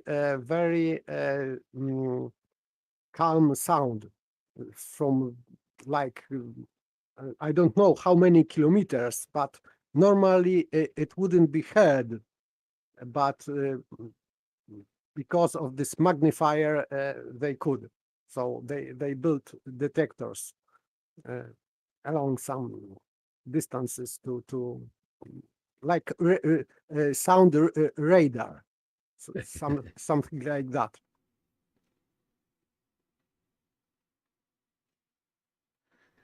Yeah, there's a lot of stuff that we don't get told about. That's what I wanted to point out earlier. That when we're at school, we're not taught about geometry. We're not taught about the basics. The first Euclid book I got was a 1871 school book. It used to be for school children. So I consider the learning and the education's gone backwards, but it's gone backwards because they seem to not want us to know the basics, how to formulate this stuff for ourselves. I would say that that if people are more dumb and stupid, they are ruled by simple psychological tricks only. So it is easy to maneuver people with psychology because if people cannot think, so they can rely only on their feelings, and that's what media is doing or are doing nowadays. They are appealing to feelings because they know that people don't think so much about causes of things, just feelings and association. So if children are not taught how to think independently, they are mostly they rely on their feelings only. Of course, in the mass, I am not talking about every single one individual, because people are different, but most of them are not into deep thinking. As always, it is not new, but still, I think the average of learning is going down very fast now. Well, I'd say it's partly because people like my missus and I mean, I don't know how many other people. I mean, I don't even know what I think because I just end up watching everybody else and sort of judging myself as from the best bits of everybody else that I see. And I don't know if anybody else does that. But I know for a fact that my missus came out of the school, the education process, not believing she was very bright in certain areas, you know, like mathematics and geometry and all of that sort of stuff. But since she's heard me talking and talking to the people that we end up talking to, she's begin to believe that she was made to feel stupid, not intelligent, because of the way that the schooling and that process goes. If rather than teaching you the basics and then helping you along the way to help you understand where you're going, they seem to have missed the basics and start teaching at a different point, and then everybody can just pretend to go along with it, but not really understanding, but understanding that 4 + 4 is 8 in a slightly more complex way, right? A squared plus B, and you know, all of that sort of stuff doesn't really mean anything until you get seeing the basics and where that comes from. I think that's where we're missing, and that's what they don't want people to get those basics. Just the logic, understanding, and because of the bullshit detector that comes with it. They can't put that bullshit detector in the hands of children anymore. You've got to take it out of them. The job of a teacher, if given a child with free reign and a logical thinking mind, many teachers would be ruined. I think so. Yes. Yes. And I have been in that position with, you know, where you are in a classroom to teach and you get taught how to teach. That's how deep this stuff goes. It's a 3rd, 4th generation ingrained. I don't think there's any way back from it, really. I never hated that kind of education. It means as a teacher, so I avoided that. I was teaching children mainly, but one-to-one the music. So it was a different situation because I could could adjust to that person with his problems, his misunderstandings, with difficulties or whatever, or psychological problems, but one-to-one. So I cannot imagine how, for example, to teach a classroom. For me, this is like in factory. So I cannot see that my teaching in classroom, and never did, and I hope I will never do. But teaching, for example, music, I can only see that only one-to-one, like teacher and pupil, one-to-one. Because I am talking to one person, and have to resolve only his problems with, for example, music or technique of playing or whatever, not class. So I think it wouldn't work. And teaching music was always one-to-one, and in matter of learning, like singing or playing instrument. maybe theory of music or harmony. There is such a subject in music schools. Maybe a classroom, yes, but still, I would say that one-to-one is always better than classroom, because in classroom you are talking to all, but in fact you have to talk to average. And there is no average in classroom. There are different singular personalities there, and I cannot see how to teach in classroom, but one-to-one, yes, and I did it for many years. Yeah, classroom would always hard, because if you teach to the cleverest, then you're going to leave everybody else behind. If you teach to the slowest, then everybody else isn't getting what they, they're not progressing as they should. So, yeah, it's so difficult. That's why I think in the teaching of geometry and the trivium, and then going into geometry, once you realise that if you can't get past the bridge of asses, that's it.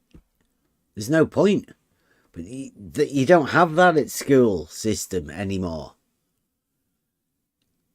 Yes, but for, this bridge of asses is a good example, because good teacher should point out where is your problem, why you cannot pass this bridge of asses, and maybe you can, with help of teacher, to resolve this problem with student, and because sometimes some person cannot pass bridge of asses, not because he is just stupid, but maybe he has some bias which is blocking him from passing this bridge, and good teacher should do that.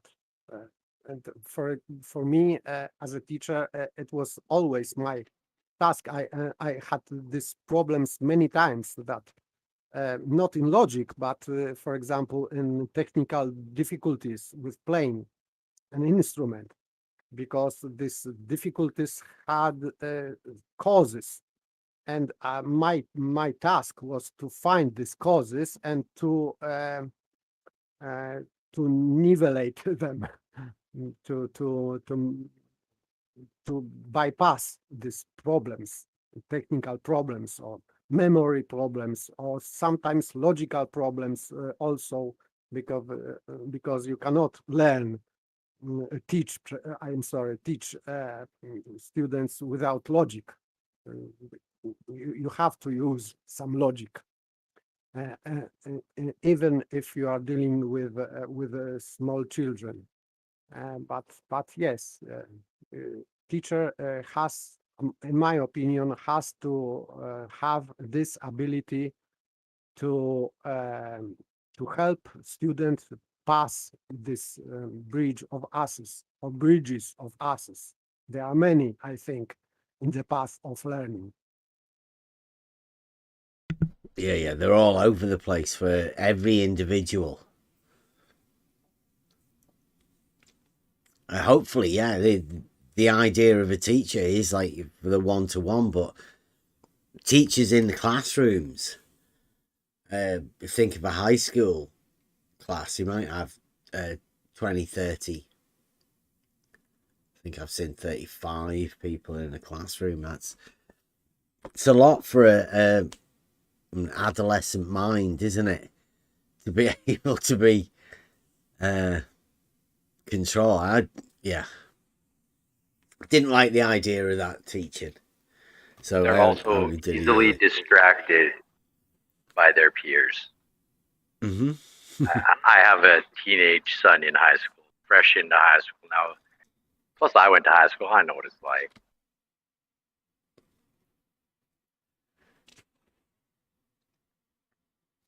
For example, I don't think that there is, and I never seen benefit from, for example, lectures in university, because these lectures could be read at home. So what the point to sit with 50 or 100 students listening 3 hours or 2 hours to professor, and at the end of the lecture he said that all of this what I said you can read here and there. So what's the point of sitting there and listening to him um, while we could just read that in his book, for example. There's a difference, but sitting and listening to a Fees. professor. Sorry? Equal fees. He gets paid to speak. But at the end, oh, you could have just read my book instead of paying to come see me here. But buy my book anyways. Yes, but maybe some people like that kind of student life, because it is part of student life. So some people like. I was not into that. I was some kind of individual. I wanted always to do in my own way everything. Sometimes it causes troubles for me many times. For example, I made experiments with a school organ when I was when I was student, and without permission, I just opened this chase or organ chase, and I tried to temper organ pipes, and it was in the end it was very horrific effect, and organ meister or whatever it is, master of organ, had to come and to temper back them, because I was experimenting on organs. You So, wrecked an organ. not entirely, but Well, yeah. It was yes, fixable, but you, yeah, I like it. so I was that kind of of personality, so troublesome for many people, and for my parents also. Yes, unfortunately, but I made many chemical experiments and physical experiments in my home, and I destroyed many things. But my father was tolerant, because he knew that this kind of experiments are learning for me. So of course, not too much destroy for the home, but still he admitted that this is good way to learn. Even with this collateral damage caused by me.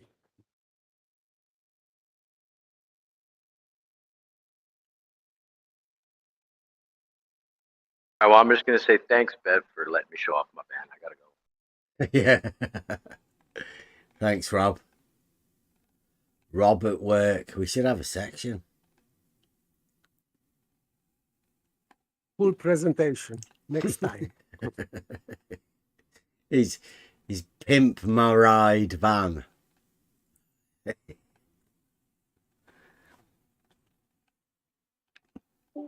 All right, I have to drop to bed. Thank you very much. Good night. Okay, thank you. Thanks for talking about the organ.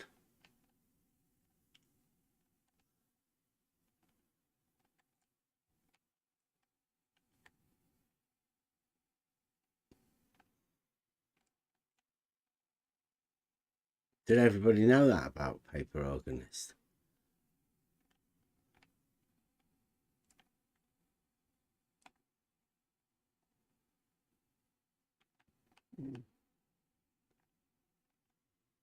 Anyone?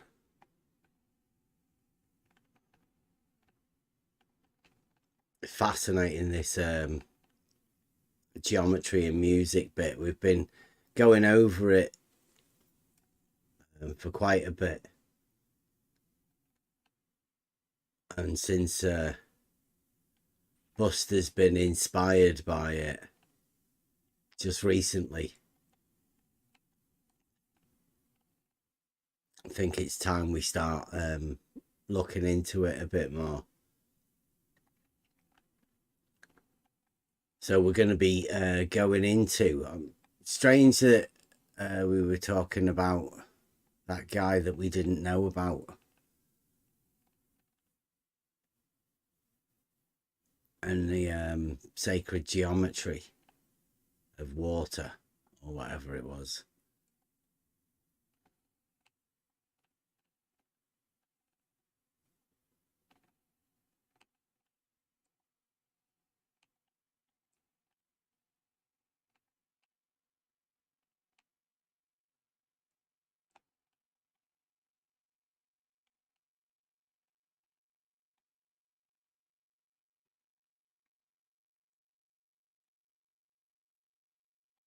Well, everyone gone.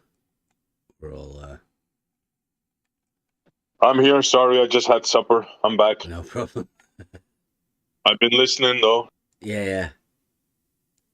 Did you know about paper and the...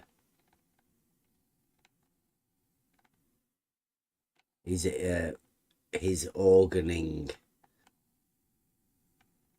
No, I missed that. He used to tune. I heard he used to teach, but did he say he used to tune organs? Yeah, he's an organist. He used to teach.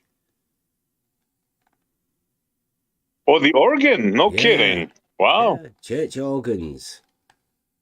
And it's so weird that we've been talking with Buster about all of this, the music, and Buster was saying earlier about how this the connection between the string and the organ pipes, it's like the length of the string and how that relates to the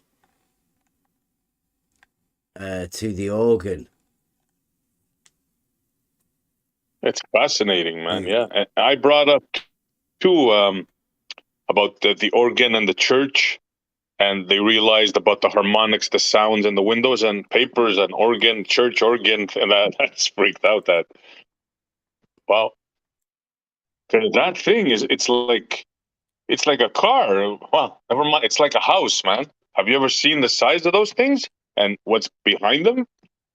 It's like, oh my god, yeah. But I mean, as we were talking about geometry and how they all relate to each other.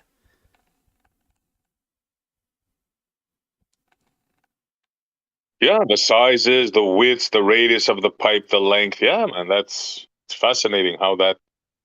Yeah.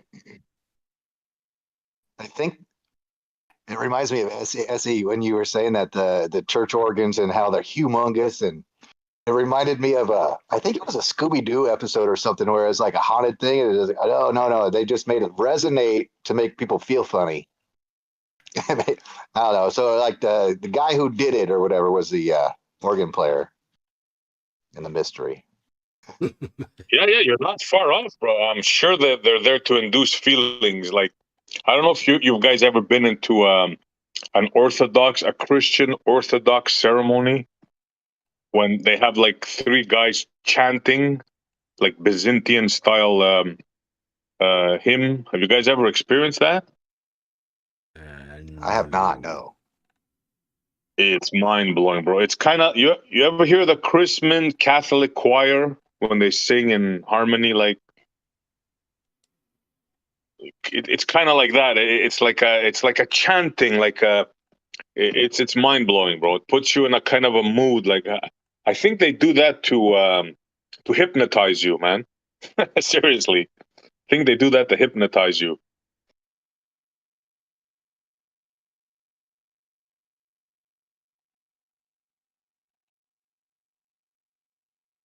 Yeah, it wouldn't surprise me. I think that, you know, you can, I think there's stuff online. You can get, they're called binaural beats. And so you put the headphones in and one side kind of resonates differently than the other side. And they have either it's just like different kinds of waves, or they kind of blend it in with music. But it does those frequencies when they hit your brain, they kind of make it, you know, either you focus or go to sleep or some sort of trance type state. So yeah, there's definitely something to that. And we were even talking about cymatics with the shape of the windows. If you notice the church windows, they have these weird shapes. And who are we talking about it with? I forget who it was. And they look like similar to those shapes that the sound make, you know, the sand in that. Yeah, that's cool. I didn't even think about that. Yeah, have a look at those old Gothic churches, the windows, you know, those colored windows. What are they called again? I forget what they're called. You know, those stained windows. Yeah. Stained glass. Stained glass windows. Yeah, yeah. Yeah. But they had the arches. I did a bit. There's different. The architectural styles were based around the difference in the arches. You know, they have the Gothic arch, which was more pointed at the top, and then there's more of a rounded arch. Always within these big church structures. Kind of like a rotunda, is that what it's called? Where it's like almost like a dome shaped with a dome roof on it, and it's a round kind of a room where you can kind of get that resonance. Is that what you're talking about? There's or are you a talking lot about of mosques and Catholic cathedrals have a dome, don't they? Mm-hmm.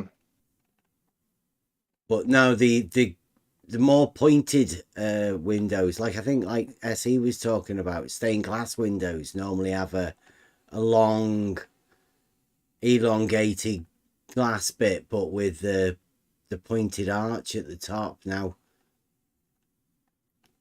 I don't know. That could be for the amplicating of sound or whatever. I mean, I don't even know whether they would have had windows in them. Have a look at live chat, Bev. Yeah.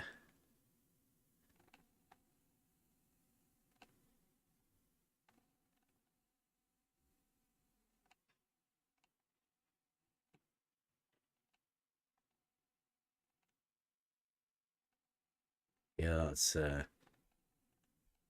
that's the sort of thing.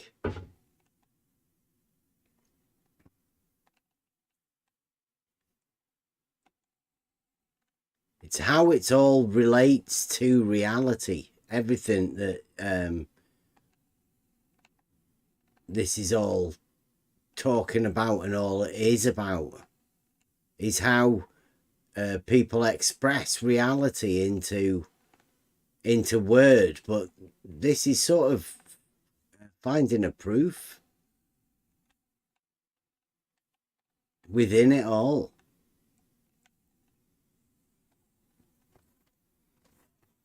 Way geometry relates to it.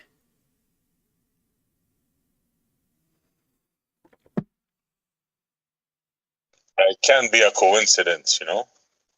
These guys knew what sound was and did and how it affected people. The churches ruled. Let's not forget that, right? So those organs, they weren't cheap to make. Like I said, they're like houses, for crying out loud. They're multiple stories high. Yeah. So they built those for a reason. Right. Wasn't to entertain. Yeah. I think I'll end this here now. It's been a good night. Free for all Friday. I don't know whether we'll be in over the weekend. You never know what might happen. But probably be back Monday. Model Affliction Monday. Favourite. Thanks for joining us. Hope you enjoyed it. I will be back again Monday. Buster's singing us out.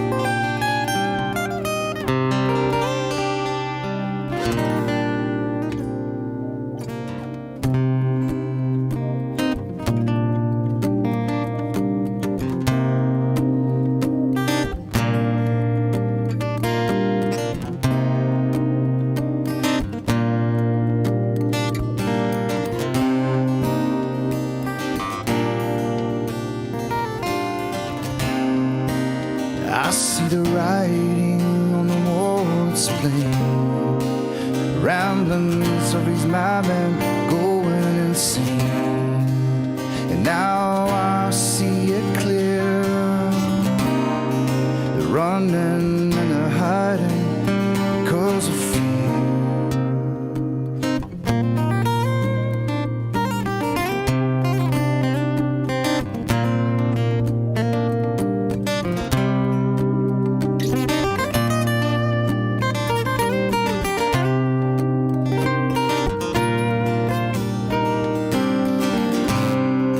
If I don't sing, if I don't speak out, if I never communicate with logical, if I don't sing, if I don't speak out, if I never receive the logos who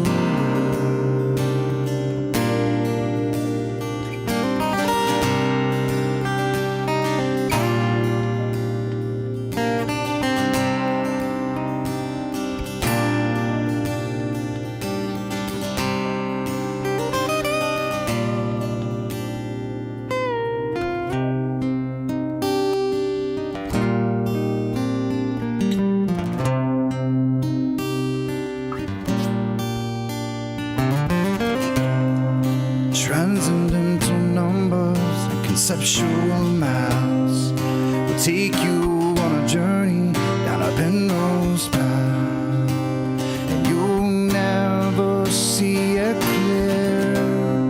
The path that you're on only ends in tears.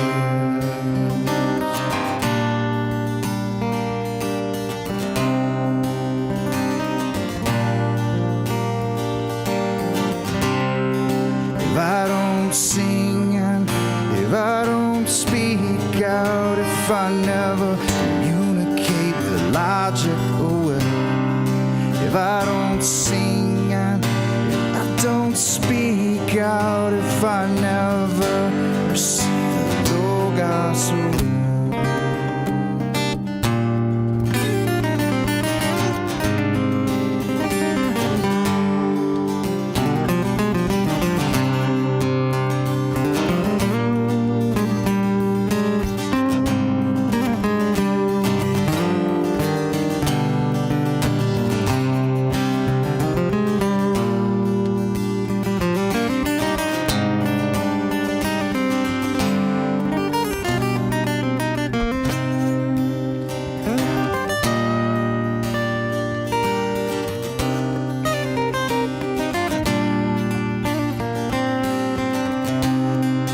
Cast away the shadows and step into light. We're taking down giants and opening sight. And now I see it clear. The path that you're on ends in fear.